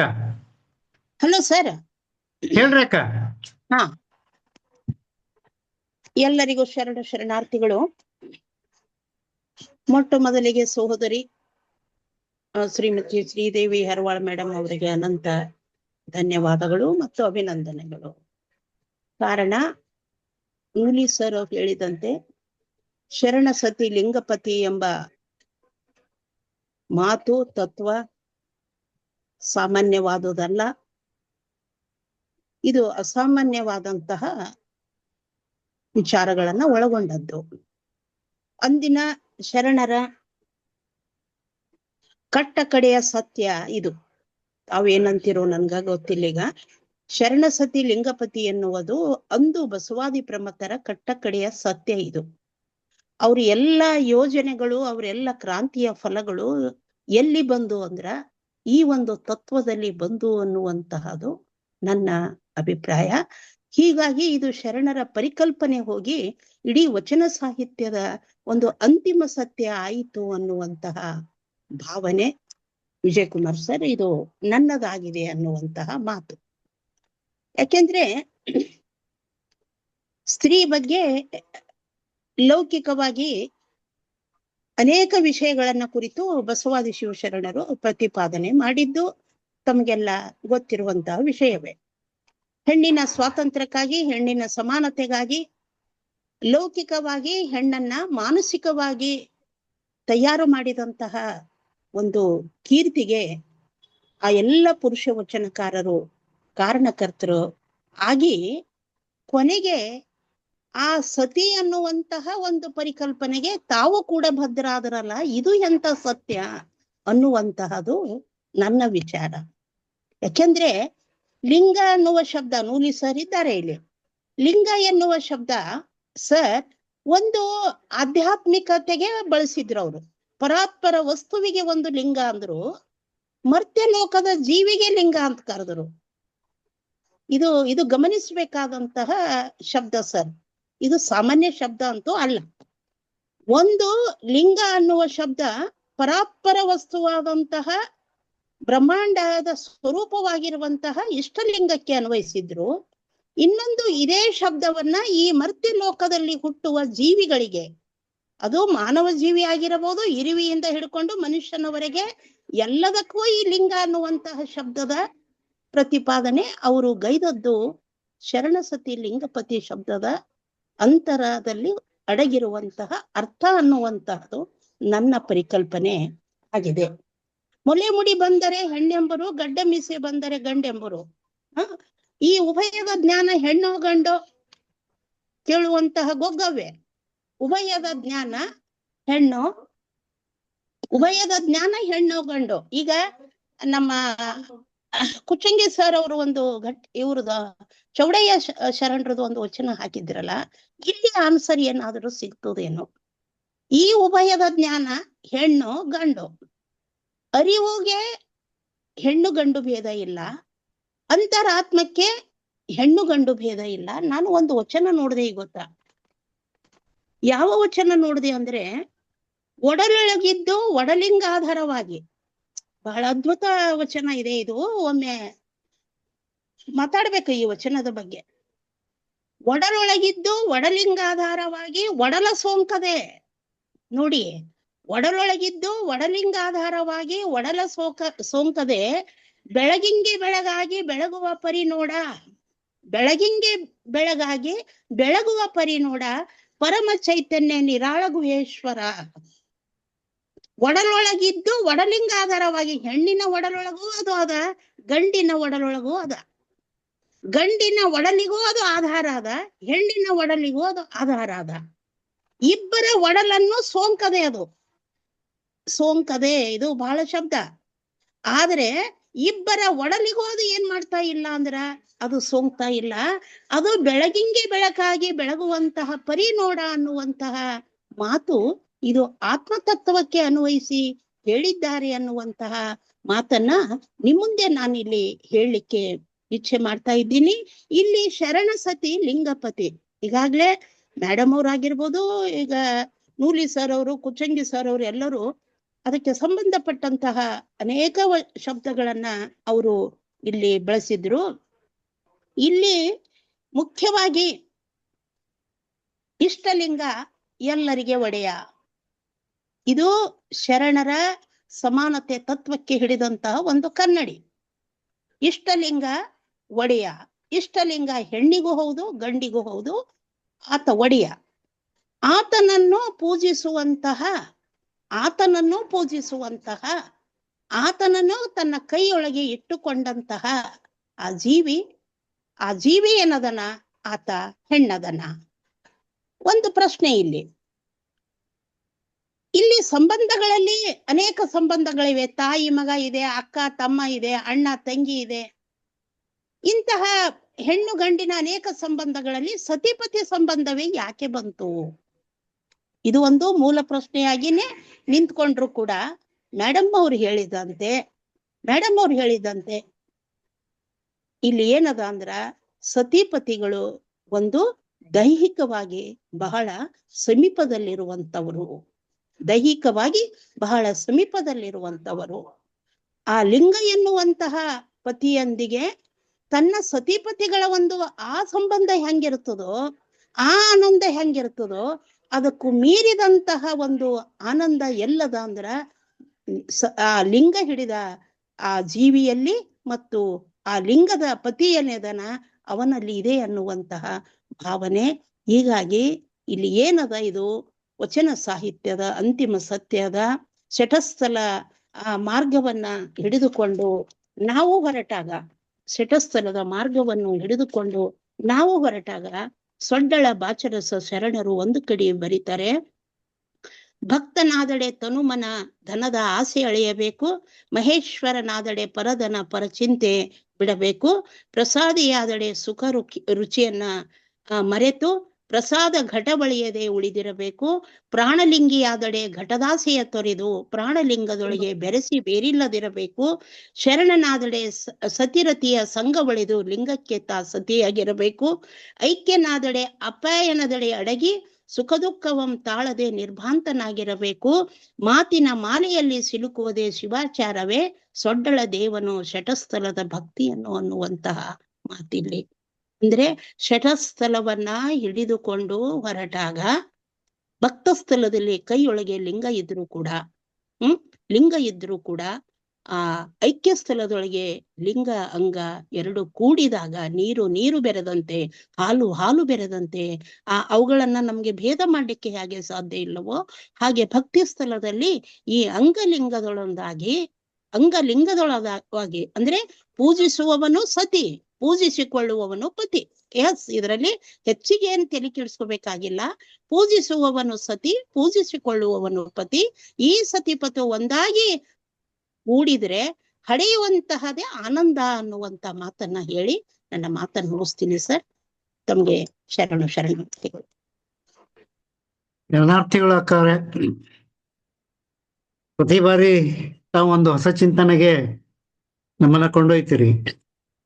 ಅಲ್ಲಂಪ್ರಭುಗಳ ಈ ವಚನ ಒಡಲೊಳಗಿದ್ದು ಒಡಲಿಂಗಾಧಾರ ಒಡಲ ಸೋಂಕದೆ ಅಂತ ವಚನ ಇದೆಯಲ್ಲ, ಡಾಕ್ಟರ್ ಎಂ ಬಸವಣ್ಣ ಅಂತ ಒಬ್ಬ ಮನೋವಿಜ್ಞಾನಿ, ಈಗ ಅವ್ರಿಗೆ 92 ವಯಸ್ಸು, ಚಾಮರಾಜನಗರದವರು. ಅವರು ಈ ಮನೋವೈಜ್ಞಾನಿಕತೆ ಹಾಗೂ ವಚನ ಇದ್ರ ಬಗ್ಗೆ ಬಹಳಷ್ಟು ಅಧ್ಯಯನ ಮಾಡಿದಂಥ ಒಬ್ಬರ ಮನೋವಿಜ್ಞಾನಿ. ಈ ವಚನವನ್ನ ಅವರು ತಮ್ಮ ಒಂದು ಪುಸ್ತಕದಲ್ಲಿ ಕೋಟ್ ಮಾಡ್ತಾರೆ. ಕತ್ತಲೆಯೊಳಗಿನ ನೆರಳು ಅಂತ ಹೇಳಿ. ಅದ್ರಾಗ ಹೇಳ್ತಾ ಅವರು ಇಡಿಪಸ್ ಕಾಂಪ್ಲೆಕ್ಸ್ ಅನ್ನ ಉಲ್ಲೇಖ ಮಾಡ್ತಾ ಈ ಒಡಲೊಳಗಿದ್ದು ಒಡಲಿಂಗಾಧಾರವಾಗಿ ಅಂತಕ್ಕಂಥ ಈ ವಚನವನ್ನು ಕೋಟ್ ಮಾಡ್ತಾರೆ ಅವರು. ಅಂದ್ರೆ ಇಡಿಪಸ್ ಕಾಂಪ್ಲೆಕ್ಸ್ ಅಂದ್ರೆ ತಂದೆಗೆ ಮಗಳ ಮೇಲೆ ಬಹಳಷ್ಟು ಪ್ರೀತಿ ಇರುತ್ತೆ, ತಾಯಿಗೆ ಮಗನ ಮೇಲೆ ಬಹಳಷ್ಟು ಪ್ರೀತಿ ಇರುತ್ತೆ. ಅಂದ್ರೆ ಈ ಇಡಿಪಸ್ ಕಾಂಪ್ಲೆಕ್ಸ್ ನ ಒಂದು ಚಿಂತನೆಯನ್ನ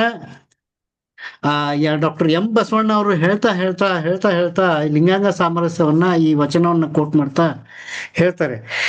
ತಾವು ಬಹಳ ಅದ್ಭುತವಾದಂತ ಒಂದು ಚಿತ್ರಣವನ್ನ ನಮಗೆ ನೀಡಿದ್ರು, ಅದಕ್ಕಾಗಿ ನಮಗೆ ಧನ್ಯವಾದ ಹೇಳ್ತಾ ಯಾವಾಗಲೂ ತಮ್ಮ ಅಭಿಪ್ರಾಯಗಳು ಒಂದು ಹೊಸ ಚಿಂತನೆಗೆ ದಾರಿ ಮಾಡಿಕೊಡ್ತೇವೆ ಅಂತ ಹೇಳ್ತಾ ಮುಂದೆ ಶಿವಪ್ರಕಾಶ್ ಅವರಿದ್ರೆ ಮಾತಾಡ್ತೀರಾ? ಡಾಕ್ಟರ್ ಶಿವಪ್ರಕಾಶ್ ಅವರು. ಶರಣಾರ್ಥಿಗಳು ಸರ್. ಹಾ, ಇಲ್ಲಿದ್ದೀರಾ? ನಾ ಹುಡುಕ್ತಾ ಇದ್ದೀನಿ. ಶರಣಾರ್ಥಿಗಳು ಸರ್. ಇವತ್ತಿನ ಉಪನ್ಯಾಸ ಮೊಟ್ಟೆ ಬಂದದಾಗಿ ಬಹಳ ಅತ್ಯುತ್ತಮವಾದಂತಹ ಉಪನ್ಯಾಸ ಎನ್ನೋ ಕಾರಣಕ್ಕಾಗಿ ಪ್ರೊಫೆಸರ್ ಶ್ರೀದೇವಿ ಹರ್ತಾಳ್ ಅವರಿಗೆ ನಾನು ಅಭಿನಂದನೆಗಳನ್ನು ಸಲ್ಲಿಸ್ತೇನೆ. ಇನ್ನು ಶರಣಸತಿ ಲಿಂಗಪತಿ, ಇದನ್ನು ನಾನು ಅರ್ಥ ಮಾಡಿಕೊಂಡ ಬಗೆ ಅಂತ ಹೇಳಿದ್ರೆ, ಈಗ ನಾವೆಲ್ಲರೂ ಶರಣ ತತ್ವದಲ್ಲಿ ಆಸಕ್ತಿ ಉಳ್ಳಂತ ಮತ್ತು ಶರಣ ತತ್ವದಲ್ಲಿ ಸ್ವಲ್ಪ ಅಭ್ಯಾಸ ಮಾಡಿದಂತ ಎಲ್ಲರಿಗೂ ಕೂಡ ಲಿಂಗ ಅನ್ನುವಂಥದ್ದು ನಮ್ಮ ಅರಿವಿನ ಪ್ರತೀಕವಾಗಿ ಬರುತ್ತೆ.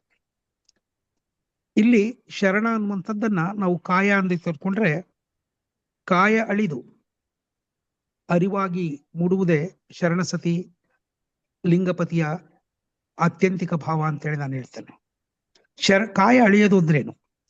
ಕಾಯದಲ್ಲಿರುವಂತಹ ಏನು ಮಲತ್ರಯಗಳಿದೆ, ಕಾಯದಲ್ಲಿರುವಂತಹ ಷಡ್ವರ್ಗ ಗುಣಗಳಿದೆ, ಇವೆಲ್ಲವೂ ಅಲಿದು ಅರಿವಾಗಿ ಮಿಂಚುವಂಥದ್ದು ಇದು ಶರಣಸತಿ ಮತ್ತು ಲಿಂಗಪತಿಯ ಆತ್ಯಂತಿಕ ಭಾವ.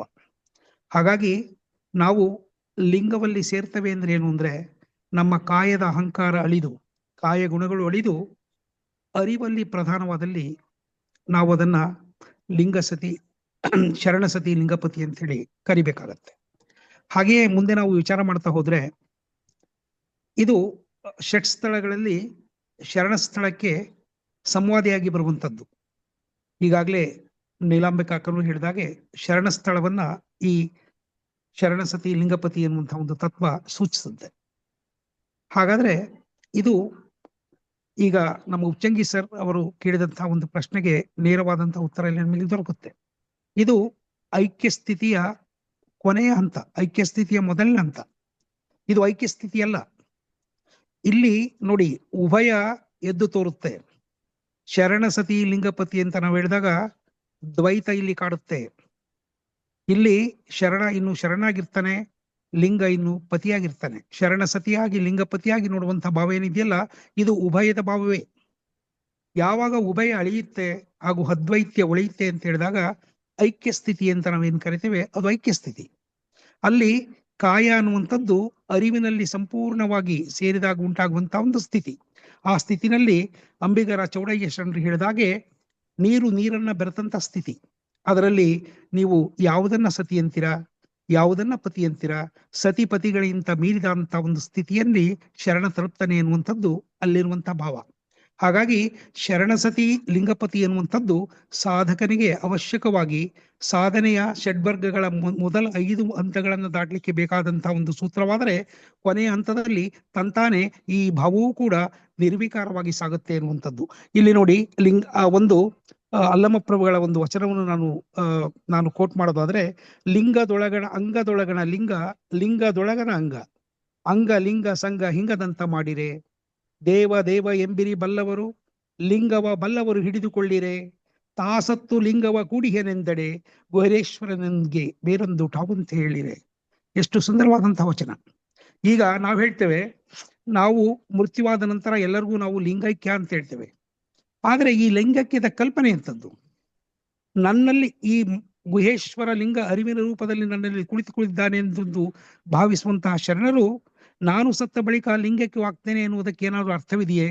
ಲಿಂಗೈಕ್ಯ ಎನ್ನುವಂತಹ ಸ್ಥಿತಿ, ಮುಕ್ತಿ ಎನ್ನುವಂತಹ ಸ್ಥಿತಿ, ಐಕ್ಯ ಎನ್ನುವಂತಹ ಸ್ಥಿತಿ ಎಲ್ಲವೂ ಕೂಡ ಕಾಯದೊಂದಿಗೆ ಅನುಭವಿಸಬೇಕಾದಂತಹ ಸ್ಥಿತಿಗಳು ಅನ್ನೋದನ್ನ ನಾವು ಅರ್ಥ ಮಾಡ್ಕೊಳ್ಬೇಕು. ಯಾಕೆಂದ್ರೆ ನಮ್ಮನ್ನ ಬಿಟ್ಟು ಗುಹೇಶ್ವರ ಇಲ್ಲ, ನಮ್ಮನ್ನ ಬಿಟ್ಟು ಲಿಂಗ ಇಲ್ಲ, ನಮ್ಮನ್ನ ಬಿಟ್ಟು ದೈವ ಇಲ್ಲ, ನಮ್ಮನ್ನ ಬಿಟ್ಟು ಶಿವ ಇಲ್ಲ, ನಮ್ಮನ್ನ ಬಿಟ್ಟು ಕೈಲಾಸ ಇಲ್ಲ. ಎಲ್ಲವೂ ನಮ್ಮೊಳಗೆ ಇದೆ, ಅರಿವಿನ ರೂಪದಲ್ಲಿ ನಮ್ಮೊಳಗೆ ಆತ ಕುಳಿತಿದ್ದಾನೆ. ಹಾಗಾಗಿ ನಾನು ಸತ್ತ ನಂತರ ಲಿಂಗೈಕ್ಯನಾಗ್ತೇನೆ, ಸತ್ತ ನಂತರ ಕೈಲಾಸಕ್ಕೆ ಹೋಗ್ತೇನೆ ಎನ್ನುವಂಥದ್ದು ಭ್ರಮೆಯಾಗಿ ಉಳಿಯುತ್ತೆ. ದೇಹದೊಟ್ಟಿಗೆ ನಾವು ಲಿಂಗದೊಟ್ಟಿಗೆ, ದೇಹ ಎನ್ನುವಂತಹ ಸತಿಯೊಟ್ಟಿಗೆ ಲಿಂಗವನ್ನುವಂತಹ ಪತಿಯನ್ನು ಕೂಡಿದಾಗ ಮಾತ್ರ ಲಿಂಗಾಂಗ ಯೋಗಕ್ಕೆ ಒಂದು ಉನ್ನತ ಭಾವ ಬರುತ್ತೆ ಎನ್ನುವ ಮಾತನ್ನ ನಾನು ಇಲ್ಲಿ ಹೇಳ್ತೇನೆ. ಮತ್ತೆ ಕೊನೆಯದಾಗಿ ಇವತ್ತಿನ ಸಂಬಂಧಗಳ ಬಗ್ಗೆ ಕೂಡ ಶ್ರೀದೇವಿ ಮೇಡಮ್ ಅವರು ಬಹಳ ಘನವಾಗಿ ನಮಗೆ ಹೇಳ್ಕೊಟ್ರು. ಇಲ್ಲೇನಾಗ್ತಾ ಇದೆ ಸಮಾಜದಲ್ಲಿ ಬರುವಂತಹ ನೋಡಿ ಒಂದು ಮೂಲ ಒಂದು ತೊಂದರೆ ಏನಿದೆ ಸಮಾಜದಲ್ಲಿ ಅಂತ ಹೇಳಿ, ನನ್ನಂತೆ ಪರರನ್ನ ನಾನು ಭಾವಿಸೋದಿಲ್ಲ, ನಾನು ಬೇರೆ ಪರರು ಬೇರೆ ಎಂದ ಭಾವನೆ ನಮ್ಮಲ್ಲಿ ಆಳವಾಗಿ ಬೇರಿರುತ್ತೆ. ನನಗೆ ಹೊಟ್ಟೆ ಹಸುವಾದ್ರೆ ಬೇರೆಯವ್ರಿಗೂ ಹೊಟ್ಟೆ ಹಸುವಾದೀತು ಅನ್ನುವ ಕಲ್ಪನೆ ಸಮಾಜದಲ್ಲಿ ನಿಧಾನವಾಗಿ ಮರೆಯಾಗ್ತಾ ಇದೆ. ನನಗೆ ಇಚ್ಛೆಗಳಿದ್ರೆ ಬೇರೊಬ್ಬರಿಗೂ ಇಚ್ಛೆಗಳಿರುತ್ತೆ ಎನ್ನುವಂಥ ಅರಿವು ನಮ್ಮಲ್ಲಿ ಮರೆಯಾಗ್ತಾ ಇದೆ. ಹಾಗಾಗಿ ನಾವು ಮೊಟ್ಟ ಮೊದಲನೇದಾಗಿ ಲಿಂಗಾಯತರಾಗಿ ನಾವು ಅರ್ಥ ಮಾಡಿಕೊಳ್ಬೇಕಾಗಿರೋದು ಅಂತಾರೆ, ಪ್ರತಿಯೊಬ್ಬರಲ್ಲೂ ನನ್ನಲ್ಲಿರುವಂತ ಶಿವನೇ ಇರ್ತಾನೆ ಅಂತ ಹೇಳಿ. ಹಾಗಾಗಿ ಜಂಗಮನಲ್ಲಿ ಶಿವನನ್ನ ನೋಡಿದಂಥವ್ರು ಭಕ್ತರು ಕೇವಲ ತಮ್ಮಲ್ಲೇ ಶಿವನನ್ನು ನೋಡ್ಲಿಲ್ಲ, ಶಿವನ ಅನೇಕ ಮುಖಗಳನ್ನ ಜಂಗಮದಲ್ಲೂ ಕೂಡ ಶರಣರು ಕಾಣ್ತಾರೆ. ಹಾಗಾಗಿ ಜಂಗಮಕ್ಕೆ ಒಲೆಯದಂತಹ ಶರಣನಲ್ಲ ಅನ್ನುವ ಭಾವವನ್ನು ನಾವು ಮನಸ್ಸಿನಲ್ಲಿ ಇಟ್ಕೊಂಡ್ರೆ ಅತ್ತೆ ಸೊಸೆಗಳ ಮಧ್ಯೆ ಅಥವಾ ತಾಯಿ ಮಕ್ಕಳ ಮಧ್ಯೆ ಇರುವಂತಹ ವೈಮನಸ್ಯಗಳು ಮರೆಯಾಗುತ್ತೆ. ಇಷ್ಟು ಮಾತುಗಳನ್ನು ಹೇಳಿ ಇದನ್ನ ಮಾತಾಡ್ಲಿಕ್ಕೆ ಅವಕಾಶ ಮಾಡಿಕೊಂಡಂತ ವಿಜಯಕುಮಾರ್ ಸರ್ ಅವರಿಗೆ ಅಭಿನಂದನೆಗಳು ತಿಳಿಸಿ ನನ್ನ ಮಾತನ್ನು ಮುಗಿಸ್ತೇನೆ. ಶರಣಾರ್ಥಿಗಳು. ಶರಣಾರ್ಥಿಗಳು ಸರ್. ಪ್ರೊಫೆಸರ್ ಶ್ರೀದೇವಿ ಹರವಾಳ್ ಅವರ ಉಪನ್ಯಾಸಕ್ಕೆ ಮತ್ತಷ್ಟು ಹೊಳವುಗಳನ್ನ ಸೇರಿಸೋದಕ್ಕೆ ತಮಗೆ ಧನ್ಯವಾದಗಳನ್ನು ಹೇಳ್ತಾ, ಸಾಕಷ್ಟು ಜನ ಕಲಬುರಗಿಯಿಂದ ಇವತ್ತು ಜಾಯ್ನ್ ಆಗಿದ್ದಾರೆ. ಯಾರಾದರೂ ತಮ್ಮ ಅನುಭವವನ್ನ ಹಂಚ್ಕೊಳ್ಬಹುದು. ಶಶಿಕಲಾ ಪಾಟೀಲ್ ಅಂತ ಜಾಯ್ನ್ ಆಗಿದ್ದಾರೆ. ಇನ್ನೊಬ್ರು ಮಾತಾಡ್ಬೋದಾ? ಅಮರವಾಣಿ ಐದನಾಳ್ ಅಕ್ಕ ಅವರು.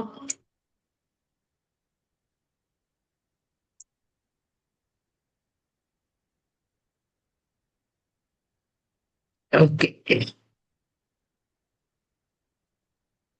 ಮ್ಯೂಟ್ ತೆಗಿರಿ ಅಕ್ಕ, ಮ್ಯೂಟ್ ಆಗಿದೆ.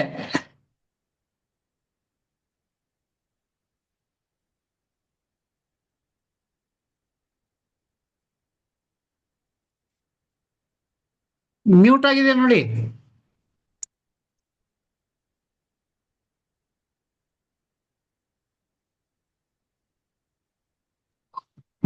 ಹಾ ಮಾತಾಡಿ. ಹಾ ರೀ. ಓಂ ಶ್ರೀ ಗುರು ಬಸವಲಿಂಗಾಯ ನಮ. ಎಲ್ಲ ಶರಣ ಬಂಧುಗಳಿಗೆ ಶರಣಾರ್ಥಿಗಳು. ಇಲ್ಲಿಯವರೆಗೆ ತುಂಬಾ ಸುಂದರವಾಗಿ ಶರಣಸತಿ ಲಿಂಗಪತಿ ಈ ವಿಷಯ ಕುರಿತು ತುಂಬಾ ಸುಂದರವಾಗಿ ತಿಳಿಸಿಕೊಟ್ಟರು. ಅವರಿಗೆ ಮೊದಲು ಅಭಿನಂದನೆಗಳನ್ನು ತಿಳಿಸುತ್ತಾ,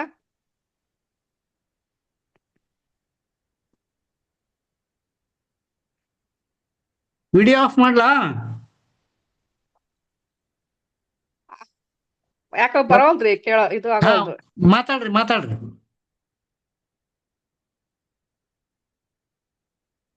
ಹೊಗೆ ಬಿಡ್ತದ.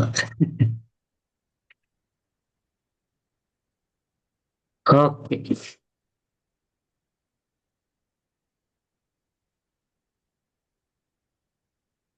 ಅನುಪಮ ಅವರೇ, ಮುಂದಿನ ಕಾರ್ಯಕ್ರಮಕ್ಕೆ ಹೋಗೋಣ ಅನ್ಸುತ್ತೆ. ಹಾ ಸರ್.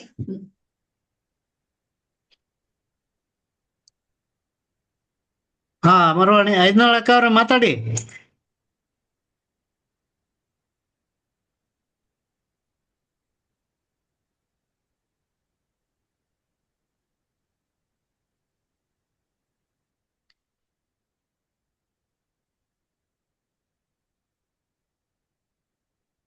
ಮ್ಯೂಟ್ ತೆಗಿಬೇಕು ನೀವು.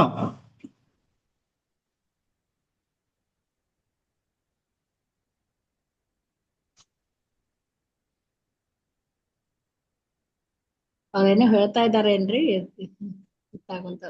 ಅವ್ರು ಕೇಳಿಸ್ಕೊತಾ ಇಲ್ಲ.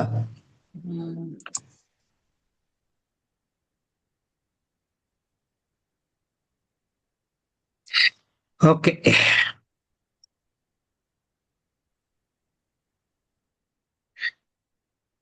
ಇಲ್ಲಿಯವರೆಗೆ ಒಂದು ಉತ್ತಮ ಉಪನ್ಯಾಸವನ್ನ ಹಾಗೂ ಸಂವಾದವನ್ನ ಆಲಿಸಿದೆವು. ಕಾರ್ಯಕ್ರಮದ ಕೊನೆಯ ಘಟ್ಟ ಶರಣು ಸಮರ್ಪಣೆ.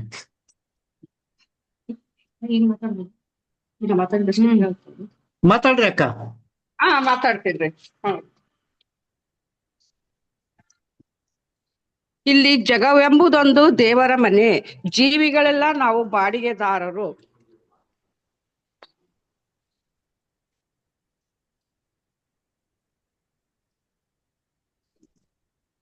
ನಾವು ಪರಶಿವನಿಗೆ ಋಣಿಯಾಗಿರಬೇಕೆಂದರೆ ಮೊದಲು ನಿಷ್ಠೆಯಿಂದ ಭಕ್ತಿಯನ್ನು ಹೊಂದಿರಬೇಕು. ಅದಕ್ಕೆ ಶರಣರು ಹೇಳ್ತಾರ, ಶರಣರದು ಏಕದೇವೋಪಾಸನೆ ಅಂದ್ರ ನಂಬಿದ ಹೆಂಡತಿಗೆ ಗಂಡನೊಬ್ಬನೇ ಇರುವಂತೆ ನಂಬಬಲ್ಲ ಭಕ್ತಂಗೆ ದೇವನೊಬ್ಬನೇ, ಅನ್ಯ ದೈವರ ಸಂಘ ಅವರಿಗೆ ಸಲ್ಲದು.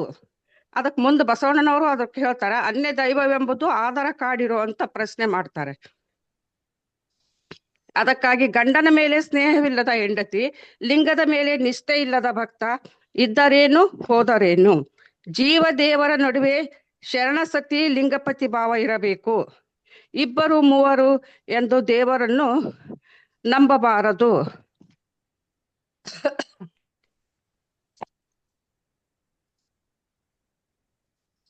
ಇಲ್ಲಿ ಅಕ್ಕ ನಾಗಮ್ಮನ ವಚನವನ್ನು ನಾವು ಅವಲೋಕನ ಮಾಡಿದಾಗ, ಶ್ರೀ ಗುರುವೇ ತಾಯಿ ತಂದೆಯಾಗಿ, ಲಿಂಗವೇ ಪತಿಯಾಗಿ, ಜಂಗಮವೇ ಅತ್ತೆ ಮಾವಂದಿರಾಗಿ, ಶಿವಭಕ್ತರೇ ಬಾಂಧವರಾಗಿ, ಸತ್ಯ ಸದಾಚಾರವೆಂಬ ಮನೆಗೆ ಕಳುಹಿತರಾಗಿ, ಶರಣ ಸತಿ ಎಂಬ ನಾಮ ನಿಜವಾಯಿತು. ಅದರಂತೆ ಇರುವೆ ಹಿಂದು ಮುಂದೆ ಅರಿಯದೆ ನಡುವೆ ಮನಕ್ಕೆ ಸಾಕ್ಷಿಯಾಗಿ, ನಡುವೆ ಬಸವಣ್ಣ ಪ್ರಿಯ ಚೆನ್ನಸಂಗಯ್ಯ. ಹೀಗೆ 12ನೇ ಶತಮಾನದಲ್ಲಿ ಶರಣರು ತಮ್ಮ ಭಕ್ತಿ ಜ್ಞಾನಗಳ ಸಮನ್ವಯದಿಂದ ಶರಣ ಸತಿ ಲಿಂಗ ಮೊದಲು ಭಕ್ತಿ ಸಾಧಕರಾಗಿ ಸವಿಯಾಗಿ ವ್ಯಕ್ತಿತ್ವವನ್ನು ಪಡೆದುಕೊಂಡು ಶ್ರೇಷ್ಠ ವಚನಕಾರರಾಗಿ ಆಡು ನುಡಿಯಲ್ಲಿಯೇ ಆಧ್ಯಾತ್ಮ ವಿಚಾರಗಳನ್ನು ಸಮರ್ಪಕವಾಗಿ ವ್ಯಕ್ತಪಡಿಸಿದರು. ಈಗಾಗಲೇ ಇಲ್ಲಿ ನೂಲಿ ಸಹೋದರರಾಗಿರ್ಬೋದು, ಇವರಂತೂ ಪೊಲೀಸ್ ಪಾಟೀಲ್ ಅಕ್ಕ ಅವರಂತೂ ಒಂಥರ ಅವರು ದಿಟ್ಟತನದಿಂದ ಅವರ ಪ್ರಶ್ನೆಗಳನ್ನು ಕರೆನೆ ನಾವು ಹೊಸ ಹೊಸ ವಿಚಾರಗಳನ್ನ ಅವ್ರ ಆತರ ಪ್ರಶ್ನೆ ಮಾಡಿದಂಗೆಲ್ಲ ನಮ್ಮಂತವ್ರು ಹೊಸ ಹೊಸ ವಿಚಾರಗಳನ್ನು ನಾವು ತಿಳ್ಕೊಂತೀವೇನೋ ಅಂತ ನನ್ನ ಭಾವನೆ. ಅವರಿಗೂ ಕೂಡ ಅಭಿನಂದನೆಗಳು. ಪ್ರಕಾಶ್ ಅಣ್ಣವರು, ಶಿವಪ್ರಕಾಶ್ ಅಣ್ಣವರಾಜರು ಮತ್ತು ಕುಚ್ಚಂಗಿ ಸರ್ ಅವರು ಕೂಡ ಸಾಕಷ್ಟು ವಿಷಯಗಳನ್ನು ತಿಳಿಸಿಕೊಟ್ಟರು. ಎಲ್ಲರಿಗೂ ನಾನು ಅಭಿನಂದನೆಗಳನ್ನು ಸಲ್ಲಿಸುತ್ತಾ, ನನಗೆ ಮಾತನಾಡಲು ಅವಕಾಶ ಮಾಡಿಕೊಟ್ಟಿರ್ತಕ್ಕಂಥ ಕಮ್ಮಾರ್ ಸಹೋದರರಿಗೂ ಅಭಿನಂದನೆಗಳನ್ನು ಹೇಳುತ್ತಾ ನನ್ನ ಒಂದು ಮಾತಿಗೆ ವಿರಾಮ ನೀಡುತ್ತೇನೆ. ಇದು ನಿಮ್ದೇ ಫೋರಮ್, ನೀವೇ ಮಾತಾಡ್ಬೇಕು. ನಾವು ಮಾತಾಡೋ ಅವಕಾಶ, ಯಾಕಂದ್ರೆ ಮೇಧಾವಿಗಳು ಬಹಳ ಜನ ಅದರಿ. ನಮ್ಮ ಮಾತುಗಳಿಗೂ ಅವಕಾಶ ಕೊಡ್ತಿರಲ್ಲ, ನಾವ್ ಇನ್ನ ತಿಳ್ಕೊಳ್ಳೋದು ಬಹಳ ಅದ. ನಮಗೂ ಇದಕ್ಕೆ ಅವಕಾಶ ಕೊಡ್ತಿರಲ್ಲ, ಇಲ್ಲ ನೀವು ಬರಲ್ಲ ಅಂತ ಹೇಳಿ ನಮ್ಮನ್ನ ಇದನ್ನ ಮಾಡಬೇಕು.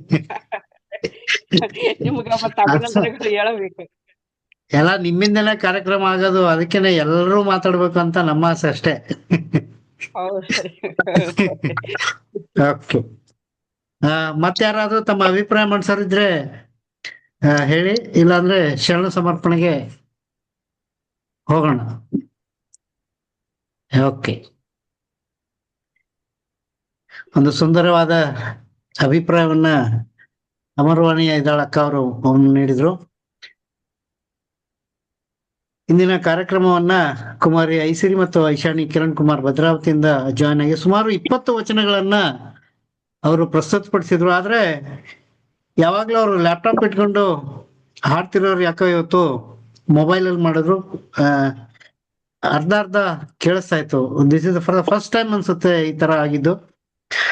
ಹಾಗೇನೆ ನಮ್ಮ ಕುಮಾರಿ ಸಂಜನಾ ಅವರು ಕೂಡ ಜಗದಗಲ ಮುಗಿಲಗಲ ಒಂದು ಸಾಕಿ ಸ್ಟೈಲ್ ನಲ್ಲಿ ಹೇಳಕ್ಕೆ ಪ್ರಯತ್ನ ಪಟ್ಟರು. ಬಹಳ ಅದ್ಭುತವಾದಂತ ಒಂದು ಹಾಡನ್ನ ವಚನ ಗಾಯನವನ್ನ ಅವ್ರು ಮಾಡಿದ್ರು. ಅವ್ರದ್ದು ಕೂಡ ಅಷ್ಟೇನೆ. ನಾನು ಬಹಳಷ್ಟು ಸಾರಿ ಹೇಳೋದೇನಂದ್ರೆ ಆ ಇನ್ಸ್ಟ್ರೂಮೆಂಟ್ಸ್ ಹಾರ್ಮೋನಿಯಂ ಆಗ್ಲಿ ತಬಲವನ್ನ ಬಿಟ್ಟು ಕೇವಲ ವೋಕಲ್ ಅನ್ನ ಮೊಬೈಲ್ ಹತ್ರ ಇಟ್ಕೊಂಡು ಹೇಳಿದ್ರೆ ಕೇಳಿಸ್ಬೋದೇನೋ ಅಂತ ನನ್ನ ಅನಿಸಿಕೆ. ಈ ಬಂದಿನಲ್ಲಿ ಫ್ರೀಕ್ವೆನ್ಸಿ ಕಡಿಮೆ ಇರೋದ್ರಿಂದ ಆ ತರ ಆಗ್ಬೋದೇನೋ, ನೋಡೋಣ. Let us see how much it will improve in the future days. ಹಾಗಾಗಿ ವಚನ ಪ್ರಾರ್ಥನೆಯನ್ನ ನೆರವೇರಿಸಿದಂತಹ ಐಸಿರಿ ಐಶಾನಿ ಕಿರಣ್ ಕುಮಾರ್ ಮಕ್ಕಳಿಗೆ, ಕುಮಾರಿ ಸಂಜನಾ ಅವರಿಗೆ ವಚನ ಸಾಹಿತ್ಯ ಮಂದಾರ ಫೌಂಡೇಶನ್ ವತಿಯಿಂದ ತುಂಬ ಹೃದಯದ ಧನ್ಯವಾದಗಳನ್ನ ಅರ್ಪಿಸ್ತಾ, ಇನ್ನು ಉಪನ್ಯಾಸದ ವಿಷಯ ಬಹಳಷ್ಟು ವಿಸ್ತಾರತೆಯನ್ನ ಪಡೆದಂತಹ ಒಂದು ವಿಷಯ. ಶರಣಸತಿ ಲಿಂಗಪತಿ ಆತ್ಮ ಮತ್ತು ಇಷ್ಟಲಿಂಗದ ಲಿಂಗಾಂಗ ಸಾಮರಸ್ಯವನ್ನು ಸೂಚಿಸ್ತಕ್ಕಂಥ ಒಂದು ಉಪನ್ಯಾಸವನ್ನ ಸುಂದರವಾಗಿ ಪ್ರೊಫೆಸರ್ ಶ್ರೀದೇವಿ ಹರ್ವಾಳ್ ಅವರು ನಮಗೆ ಕಟ್ಕೊಟ್ರು. ಇಲ್ಲಿ 1991 ಅನ್ಸುತ್ತೆ, ನಾನು ಅಮೆರಿಕಕ್ಕೆ ಹೋದಾಗ ಒಂದು ಇಂಗ್ಲಿಷ್ ಪ್ರೊಫೆಸರ್ ಒಬ್ರು ಸ್ಪೀಕಿಂಗ್ ಆಫ್ ಶಿವ ಅಂತ ಹೇಳಿ ಪುಸ್ತಕ ಬರೆದಿದ್ರು, ರಾಮಾನುಜನ್ ಅಂತ. ಅದ್ರಲ್ಲಿ ಅವರು ಲಾರ್ಡ್ ಆಫ್ ಮೀಟಿಂಗ್ ರಿವರ್ಸ್ ಅಂತ ಅದನ್ನ ಪ್ರಯೋಗ ಮಾಡಿದ್ರು. He was in his last days ಅನ್ಸುತ್ತೆ. ಅವಾಗ ನಾನು ಅವ್ರನ್ನ ಭೇಟಿಯಾದಾಗ, it's not the lord of the meeting rivers, it is the union of body and mind. ಇದು ಲಿಂಗಾಂಗ ಸಾಮರಸ್ಯದ ಒಂದು ವಚನಾಂಕಿತ ಅಂತ ಹೇಳಿದಾಗ ಅವರು ಆ ಪ್ರಕಾಶಕರಿಗೆ ಲಂಡನ್ ಇರ್ತಕ್ಕಂಥ ಪ್ರಕಾಶಕರಿಗೆ ಲೆಟರ್ ಅನ್ನ ಬರೆದು ಪೋಸ್ಟ್ ಮಾಡಿದ್ರು. ಅದಾದ್ಮೇಲೆ ಆಮೇಲೆ 3-4 ತಿಂಗಳಲ್ಲಿ A.K. ರಾಮಾನುಜನ್ ನಮ್ಮ ಮೈಸೂರಿನವರೇ ತೀರೋದ್ರು. ಆಗ ಆ ಕೂಡಲ ಸಂಗಮ ಎಂತಕ್ಕಂಥ ವಚನದ ವಿಶ್ಲೇಷಣೆಯನ್ನು ಕೂಡ ಪ್ರೊಫೆಸರ್ ಶ್ರೀದೇವಿ ಹರ್ವಾಳ್ ಅವರು ಕೂಡ ಇಲ್ಲಿ ಮಾಡಿಕೊಟ್ರು. ಅಂದ್ರೆ union of body and mind, ಲಿಂಗ ಮತ್ತು ಆತ್ಮದ ಸಂಗಮವೇ ಕೂಡಲ ಸಂಗಮ. ಇದೇ ಸತಿಪತಿ ಭಾವದ ಒಂದು ತತ್ವ ಸಿದ್ಧಾಂತ ಅಂತಕ್ಕಂಥ ಒಂದು ವಿಚಾರವನ್ನ ಪ್ರೊಫೆಸರ್ ಶ್ರೀದೇವಿ ಹರ್ವಾಳ್ ಅವರು ನಮ್ಮ ಮುಂದೆ ಹರಿಬಿಟ್ಟಿದ್ದಾರೆ. ಹಲವಾರು ಶರಣರ ವಚನಗಳನ್ನ ಕ್ರೋಢೀಕರಿಸಿ ಒಂದು ತತ್ವ ಸಿದ್ಧಾಂತವನ್ನ ಹೇಳೋದಿಲ್ಲ. ಇಟ್ಸ್ ಅ ವೆರಿ ಹ್ಯೂರಿಕೆಂಟಸ್. ಅದಕ್ಕೆ ಬಹಳಷ್ಟು ಅಧ್ಯಯನ, ಬಹಳಷ್ಟು ವಿಸ್ತಾರವಾದಂತಹ ಒಂದು ಜ್ಞಾನ ಬೇಕಾಗ್ತದೆ. ಅಂತ ಜ್ಞಾನವನ್ನ ನಮ್ಮ ವಚನ ಸಾಹಿತ್ಯ ಮಂದಾರ ವೇದಿಕೆಯ ನನಗನ್ಸಿದ ಮಟ್ಟಿಗೆ 99% ಎಲ್ಲ ಸದಸ್ಯರಿಗೂ ಇದೆ ಅಂತಕ್ಕಂಥ ಮಾತನ್ನ ಇಲ್ಲಿ ಹೇಳಕ್ಕೆ ನನಗೆ ಬಹಳಷ್ಟು ಹೆಮ್ಮೆ ಅನಿಸ್ತದೆ. ಇನ್ನ ಮಂಡನ್ ಮಿಶ್ರಾ ಮೇಲೆ ಶಂಕರಾಚಾರ್ಯರ ಒಂದು ಸಂವಾದ ಇಡೀ ಅದ್ವೈತ ಸಿದ್ಧಾಂತದಲ್ಲಿನೇ ಒಂದು ಸರ್ವಶ್ರೇಷ್ಠವಾದಂತಹ ಒಂದು ಚಿಂತನೆ ಅದು. ಅದರ ಬಗ್ಗೆ ಬಹಳಷ್ಟು ಚರ್ಚೆಗಳಾಗಿದ್ದಾವೆ.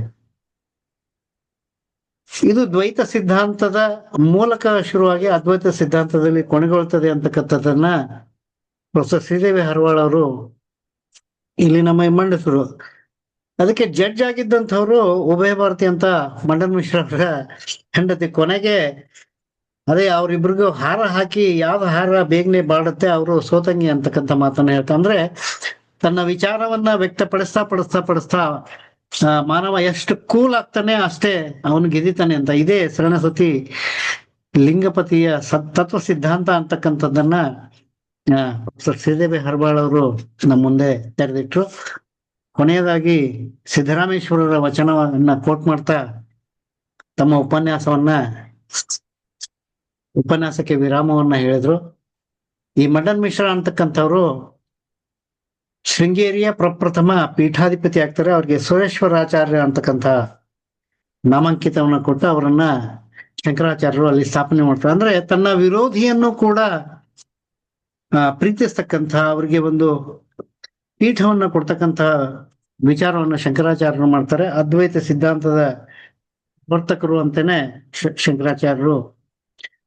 ಆದ್ರೆ ನಮ್ಮ ಬಸವಾದಿ ಶರಣರ ತತ್ವ ಸಿದ್ಧಾಂತಕ್ಕೂ ಶಂಕರಾಚಾರ್ಯರ ತತ್ವದ ಬಹಳಷ್ಟು ವ್ಯತ್ಯಾಸಗಳಿವೆ ಅಂತಕ್ಕಂಥ ಮಾತನ್ನ ಇಲ್ಲಿ ನಾವು ಗಮನಿಸ್ಬೇಕು. ಇನ್ನು ಸಮಾಜದಲ್ಲಿ ಶ್ರೀ ಗುರುಪ್ರಸಾದ್ ಕುಚ್ಚಂಗಿಯವರು ಭಾಗವಹಿಸಿದ್ರು. ಡಾಕ್ಟರ್ ದಯಾನಂದ ನೂಲಿಯವರು ಒಂದು ವಚನದ ಮೂಲಕ ಈ ಶರಣಸತಿ ಲಿಂಗಪತಿ ಭಾವದ ತತ್ವ ಸಿದ್ಧಾಂತವನ್ನ ನಾವು ವಿಸ್ತಾರವಾಗಿ ನಮ್ಮ ಮುಂದೆ ತೆರೆದಿಟ್ರು. ಅದರ ಜೊತೆಗೆ ಕದಿರ ರೆಮ್ಮೆಯವರ ಒಂದು ವಚನ ಇಲ್ಲಿ ಬಹಳ ಪ್ರಸ್ತುತ ಅನಿಸ್ತದೆ. ಎಲ್ಲ ಗಂಡರು ತೋಳ ಸಿಕ್ಕುವರು, ನನ್ನ ಗಂಡ ಮಾತ್ರ ತೋಳ ಸಿಕ್ಕುವುದಿಲ್ಲ ಅಂತಕ್ಕಂಥ ಆ ವಚನ ಇಲ್ಲಿ ನೆನಪು ಬರ್ತದೆ.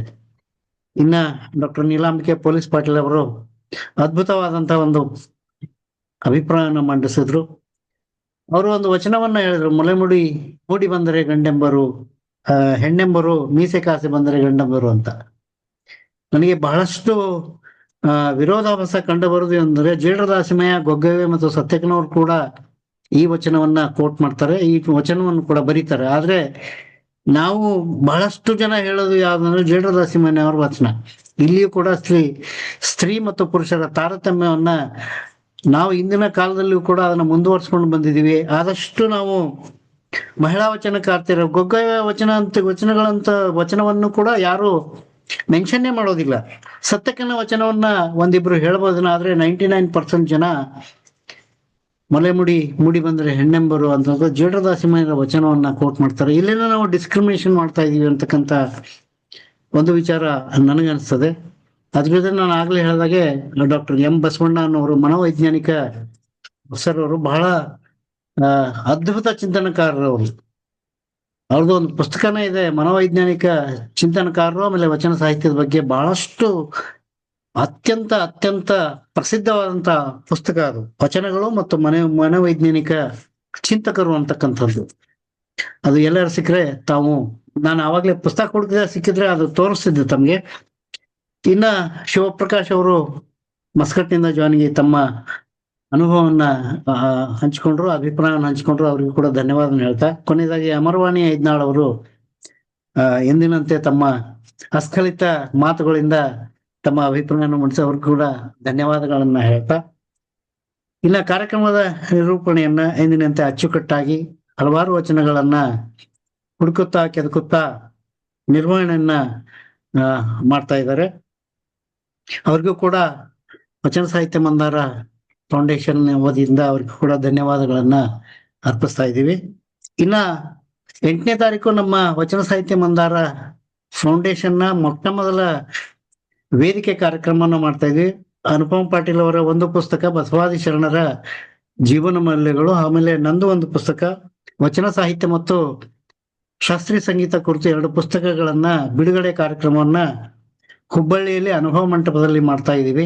ಅದಕ್ಕೆ ಪರಮ ಪೂಜ್ಯ ಗದಗ ತೋಂಟದ ಸಿದ್ದರಾಮ ಮಹಾಸ್ವಾಮಿಗಳರ ದಿವ್ಯ ಸಾನ್ನಿಧ್ಯದಲ್ಲಿ, ಆಮೇಲೆ ಮಾಜಿ ಸಹಕಾರಿ ಸಚಿವರಾದಂತಹ ಎಸ್ ಪಾಟೀಲ್ ಅವರ ಅಧ್ಯಕ್ಷತೆಯಲ್ಲಿ ಆ ಕಾರ್ಯಕ್ರಮವನ್ನು ಮಾಡ್ತಿರೋದ್ರಿಂದ 8ನೇ ತಾರೀಕೆ ಇರೋದ್ರಿಂದ 7ನೇ ತಾರೀಕು ಈ ಒಂದು ಕಾರ್ಯಕ್ರಮ ಇದೆ. ಅದಕ್ಕಾಗಿ ಎಲ್ಲರನ್ನ ಕ್ಷಮೆಯನ್ನ ಕೇಳ್ತಾ 14ನೇ ತಾರೀಕು ಫೆಬ್ರವರಿಯಂದು ಮತ್ತೆ ನಾವು ಭೇಟಿಯಾಗೋಣ. ಇದೇ ರೀತಿ ಎಲ್ಲರೂ ಸೇರಿ ವಚನ ಸಾಹಿತ್ಯವನ್ನ ಶ್ರೀಮಂತಗೊಳಿಸುವತ್ತ ದಾಪುಗಾಲನ್ನ ಹಾಕ್ತಾ, ಹಾಗೇನೆ ಈ ವಚನ ಸಾಹಿತ್ಯದ ತೇರನ್ನ ಎಳೆಯುವಂತ ಜವಾಬ್ದಾರಿ ನಮ್ಮ ಹೆಗಲ ಮೇಲೆ, ಅದನ್ನ ನಿಭಾಯಿಸೋಣ ಅಂತ ಹೇಳ್ತಾ ನನ್ನ ಶರಣ ಸಮರ್ಪಣೆಗೆ ವಿರಾಮವನ್ನು ಹೇಳ್ತೀನಿ. ಎಲ್ಲರಿಗೂ ಶರಣಾರ್ಥಿಗಳು. Madam, you can conclude the meeting please.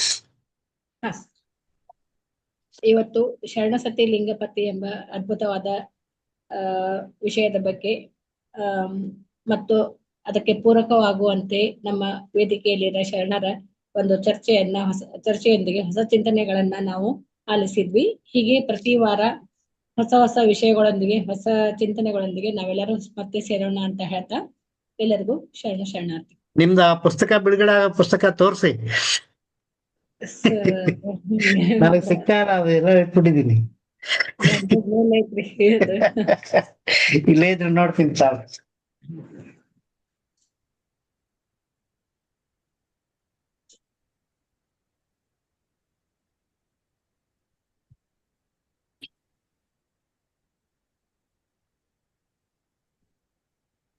ಸಿಕ್ಕಿದೆ. ಈವರೆಗೂ ಅಭಿನಂದನೆಗಳು ಸರ್. ಧನ್ಯವಾದಗಳು ಮೇಡಮ್. ಶುಭ ಹಾರೈಸ್ಬೇಕ್ರಿ, ಆಶೀರ್ವಾದ ಮಾಡ್ಬೇಕು. ಬಸವಾದಿ ಶರಣರ ಹೌದೌದು. ಜೀವನ ಮೌಲ್ಯಗಳು, ಇದು ನನ್ನ ಪುಸ್ತಕ. ಸಂಗೀತ ಪರಂಪರೆ, ವಚನ ಸಾಹಿತ್ಯ ಮತ್ತು ಶಾಸ್ತ್ರೀಯ ಸಂಗೀತ ಪರಂಪರೆ. 8ನೇ ತಾರೀಕು ವಚನ ಸಾಹಿತ್ಯ ಮಂದಾರದ ಮೊಟ್ಟ ಮೊದಲನೆಯ ವೇದಿಕೆ ಕಾರ್ಯಕ್ರಮದಲ್ಲಿ ಇದು ನಡೀತದೆ. You can conclude the meeting please.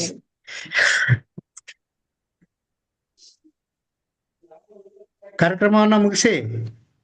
ಆಯ್ತು, ಹೇಳಿದೇನು ಸರ್ ನೀವು. ಶರಣಾರ್ಥಿಗಳು.